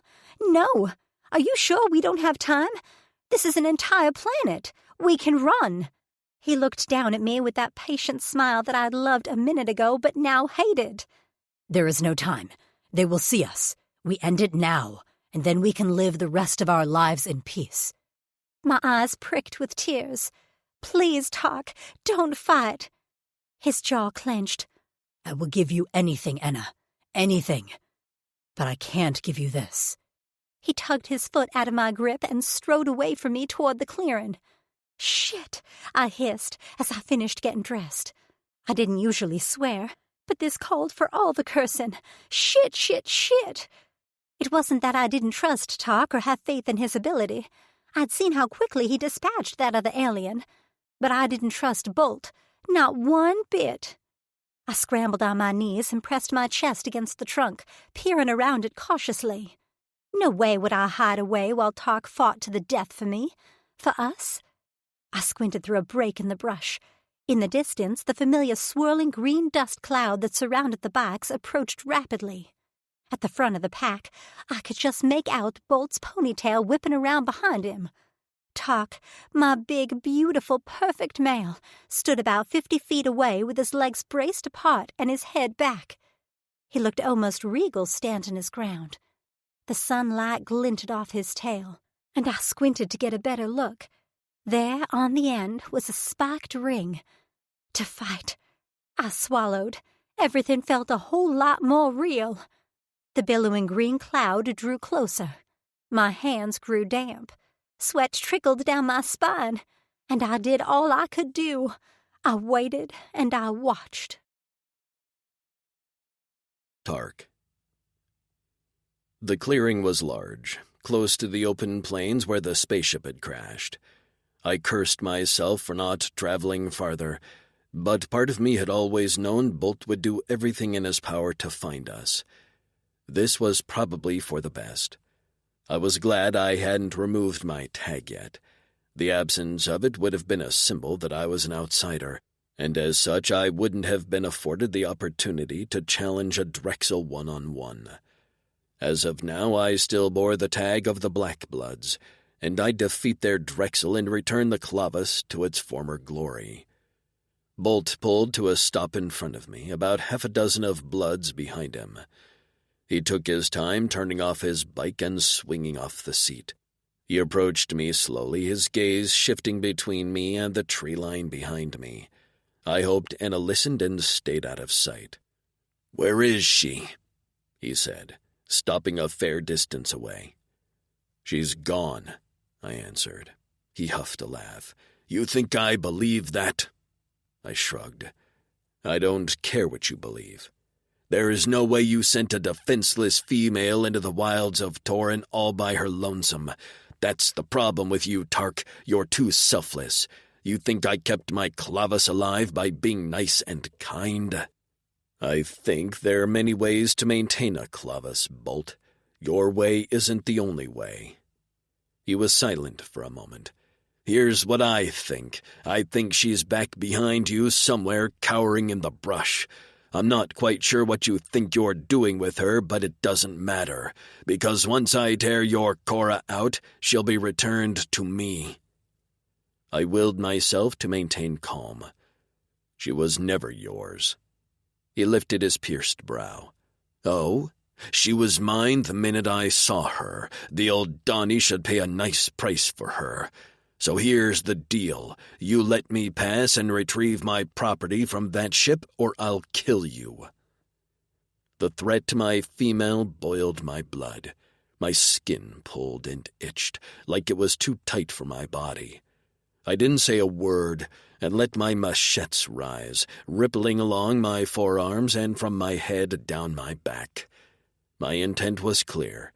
No one raised their machetes to their Drexel unless they were issuing a challenge. And a challenge was a fight to the death. I crossed my arms in front of my neck. With a snarl, Bolt lifted his machete in answer. "This field will be soaked with your blood." He didn't come at me swiftly like Juster did. Bolt was too experienced for that. He approached slowly with his forearms crossed in front of his throat. His metal-spiked tail thumped. He'd pierced the entire length, and threaded blade tipped bars through every hole. His tail was the deadliest thing about him, and I knew to stay away from it in order to survive. I bounced on the balls of my feet, my arms crossed to protect my throat, the most vulnerable place on a Drixonian's body. With a short growl, he spun, tail lashing out. The tip nearly caught me in the thigh, but I jumped back just in time. He didn't wait for me to recover. He came at me full force.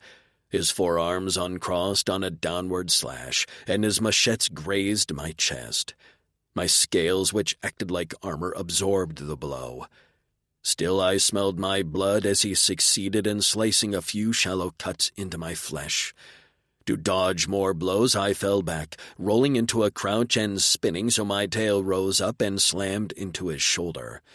He roared and stumbled to the side. Black blood immediately began to ooze down his right biceps. He shook out his arm, nostrils flaring. "I let you have that one."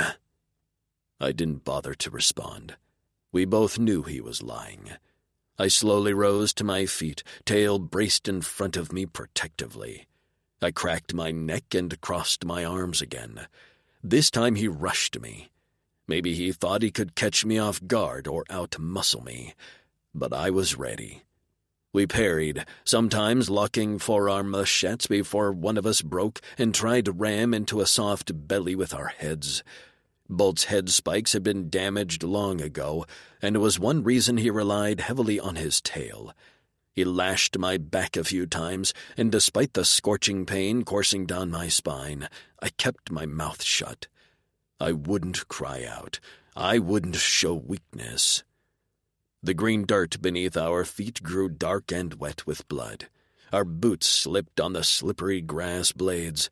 Still we fought. Bolt's eye had swelled shut, and I was limping as a result of a large gash on my left thigh. He wiped the blood out of his good eye and crossed his arms. "I'm ready to end this, Tark. It's been fun, but I'm due my prize now." His tail lifted, and I dodged out of the way. On my bad leg, I stumbled, and the tip of his tail slashed down onto my crossed arms. The blow separated them, exposing my neck, and he took advantage, shoving me to my back with his machetes poised at my throat. I froze, chest heaving despite his weight, and stared into his black eyes. I knew what was coming next, and all I had to do was be patient, because if I knew Bolt... He grinned, showing his fangs. "I dreamed of getting you in your back for cycles. You know who'll be on their back next? The female..." I curled my tail around his neck and squeezed. The spikes dug into his exposed flesh, and his eyes went wide.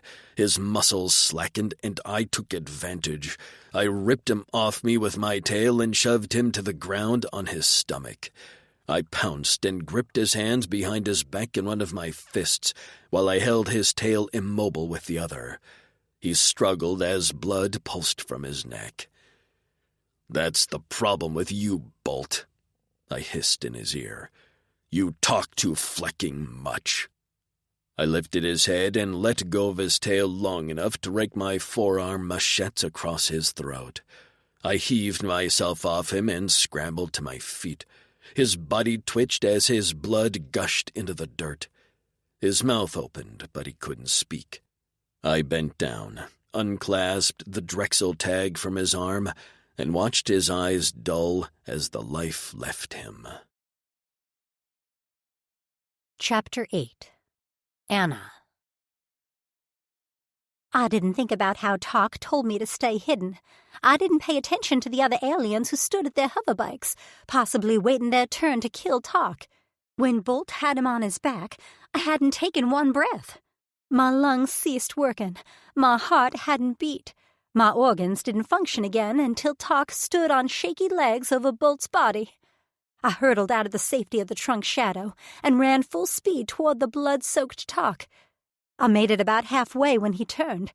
I felt his gaze like a tangible hook, sinking deep into my flesh over my heart. My steps faltered, and I sucked in a breath. Whoa, what was that? My wrists felt funny, too. I slowed to a jog and glanced at them as they started to tingle like a sunburn. The tingling shifted to a burning sensation, which grew hotter, more painful, and I pulled to a stop, inspecting the source of the pain just as two white lines appeared on my skin, running parallel to each other around my wrists. My breathing picked up as the pain intensified. I cried out, falling to my knees as the bands shone like golden threads. Inside the lines, a pattern began to emerge, and I rubbed them against my pants, tears pricking my eyes as my skin felt like I'd been scorched on a hot stove. I glanced up helplessly to see if Talk could help me, only to find he was also on his knees staring at his hands. Golden bands shone on the blue skin of his wrists. His shoulders shook as he held his hands out, turning them over again and again. Pushing aside the pain, I crawled toward him. "Talk?" "Anna," he whispered, his dark eyes full of wonder. "What is this?" The bands were complete now, and while my skin still burned, the pain was receding. "What happened?" He shook his head. I don't know." The hook in my heart pulsed and locked into place. Warmth spread throughout my body, a sensation of belonging and security settling into my skin like a permanent blanket. Emotion slammed into me. Happiness, confusion, pain, lust. They hovered in my brain like a cloud, separate from me but still there. Talk managed to close the distance and reached for me, pulling me against him. I stared at the bands on his wrists and held mine up to his. They matched. Both had the same geometric angled pattern. "Talk, I feel you," he whispered against my hair. "You're scared and confused, but you feel whole, just like I feel whole." That was what it was. I could feel him inside of my head. "Yes, all of that. I feel you too." "There is a Drixonian myth of fated mates, but—" He shook his head. "But they were just that, myths." "Yeah, well, on Earth we had myths about aliens, and here you are, actually real." A shadow fell across us.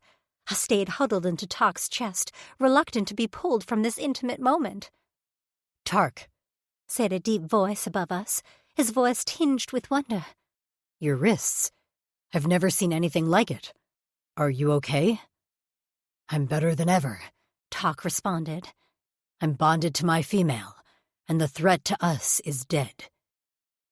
We respect the results of the challenge. The black blood Clavis is yours." Talk held me tighter and rose to his feet. "Thank you, but I don't want it. It's yours, Vi." I lifted my head to check out Vi. Standing shorter than Talk, he was packed with muscle. His head was shaved, and his ears were lined with gold rings. He frowned. "Are you sure? As long as you leave us alone and promise not to speak of what happened here. I don't know what the Aldani or other Drix would do if they found out we can bond to humans." Vi's dark gaze shifted to me, and his expression went a little soft. "I promise, Tark. She is all." Talk smiled and handed Vi the band he'd taken from Bolt's arm. "Good luck, and be a fair and wise Drexel." Vi wrapped the band around his biceps, clinching it in place. "I will. Take care of yourself, Tark. And you're human." He turned and lifted his arm with the Drexel band. I held my breath for a moment, worried, but the other males bowed their heads, signaling their acceptance of the change of leadership. I smiled, relieved. Vi shot me a smile over his shoulder, and then made a signal. In moments they were on their hoverbikes riding away, towing Bolt's back and his body behind them. I thought we were alone until the sound of another bike approached. I braced, worried it was one of Bolt's faithful who wanted their revenge. But as the bike grew closer, I spotted Shep. He pulled another bike behind him on a tether. Talk's face lit up as Shep pulled to a stop in front of us. "Shep!" After Shep dismounted, he grabbed his cane and approached us slowly, gaze scanning us. He didn't say a word as he approached Talk and picked up his wrists. Rotating them, he ran his fingers over the golden tattoo-like markings. Unbelievable, he whispered. I never thought I'd see this in my lifetime. Does he know what this means? I asked Talk, holding my own wrists out. I think he does, Talk answered. Shep's body jerked. And you found the chip for her implant. I wish I could understand her. I did. Talk's chest puffed out. He produced the implant updater he'd stowed in his pants. He held it up to Shep's ear and pressed a button. The male flinched before his eyes shifted to me. I waved my fingers. Hello. He grinned. Hello, Enna. Shep cupped Talk's cheek and patted it a few times. Fadis chose well. What does that mean? Talk asked. Your Enna is your fated mate, your Cora Eternal. Those bands on your wrists are unique, only to you two. Like fingerprints. Back on Corin, they were rare. 1 or 2 in a generation. A generation? For Drixonians, wouldn't that be every 500 cycles? I stared in awe. Yes, that's correct, Shep said. For us, we worship no god and believe only in Fadis, who alters her plan to allow us to prosper. He shook his head, and his voice shook. For so long, many thought she was punishing us. But this, he gestured to our wrists. This means she has given us hope again. By giving us something to live for, to protect our females, Talk asked. Not only to protect them, but to continue the procreation of our species. I sucked in my breath at procreation as Shep went on. Those wrist marks proving she's your Cora Eternal means you are compatible to breed. I nearly choked on my own spit. I can have Drixonian babies? Shep nodded, and then his expression turned dark. Tark, it's even more important now that you separate yourself and hide her away. Maybe the Oldani know already, but if they get their hands on a human female, it won't be long before they find out. He pointed to the bike he'd ridden on, and I now recognized the second bike he'd towed. I brought your bike. Talk looked like a kid who'd been reunited with his puppy. You did? Shep held out a small screened device. Here is a comm. If you ever need anything, I'll be available. Anytime, anywhere. Talk took the comm and slipped it into a pouch on his belt. I will, Shep. Maybe you can come visit us, I said. You've done so much for us. Shep gathered me in his arms. Talk stood nearby, tense but allowing the touch. I rolled my eyes at his anxiety over another male touching me. Shep pulled away and ran his hand over my hair before releasing me. Maybe I will. I've decided to go Lonus as well. Take some time to travel around. This changes everything. Talk nodded. I will let you know where we settle. Come by and see us sometime, old man. The two males hugged, and then Shep untethered Talk's bike from his own. I didn't miss a large pack on the back, which Shep must have packed for us. With a final wave, he took off into the distance, leaving us with a crashed spaceship, a hoverbike, and still many more questions. Talk stared off into the distance after Shep's bike. I slipped my fingers into Talk's and squeezed. "Are you okay?" I asked. I knew the answer. I could feel his emotions in my head. He was a little sad, but mostly feeling determined. He glanced down at me, and his expression cleared, warmth filling his gaze. I'm good. I will heal. We have an expression left over from our civilization on Corin. She is all. I knew it but never fully understood it, and now I do. You are all, Enna, and as long as you are with me, I will always be okay. Me too, I said, nerves fluttering in my chest like a flock of sparrows. So the plan is? The plan is we get on my bike and we ride. We land wherever it feels right. We land wherever it feels right, I echoed, excitement spiraling in my blood. Let's do it. As we soared over the blue grass and green dirt in his bike riding toward our future, I decided maybe I was exactly where I was meant to be. alien planet with an alien mate and all. This concludes The Alien's Future by Ella Maven, narrated by Heather Costa and Jeffrey Kafer. Copyright 2020 by Ella Maven. This unabridged audiobook is published by arrangement with Ella Maven, care of Corvisiero Literary Agency, and was produced in the year 2024 by Tantor Media Incorporated, a division of Recorded Books, which holds the copyright thereto. Please visit tantor.com for more information on our growing library of unabridged audiobooks.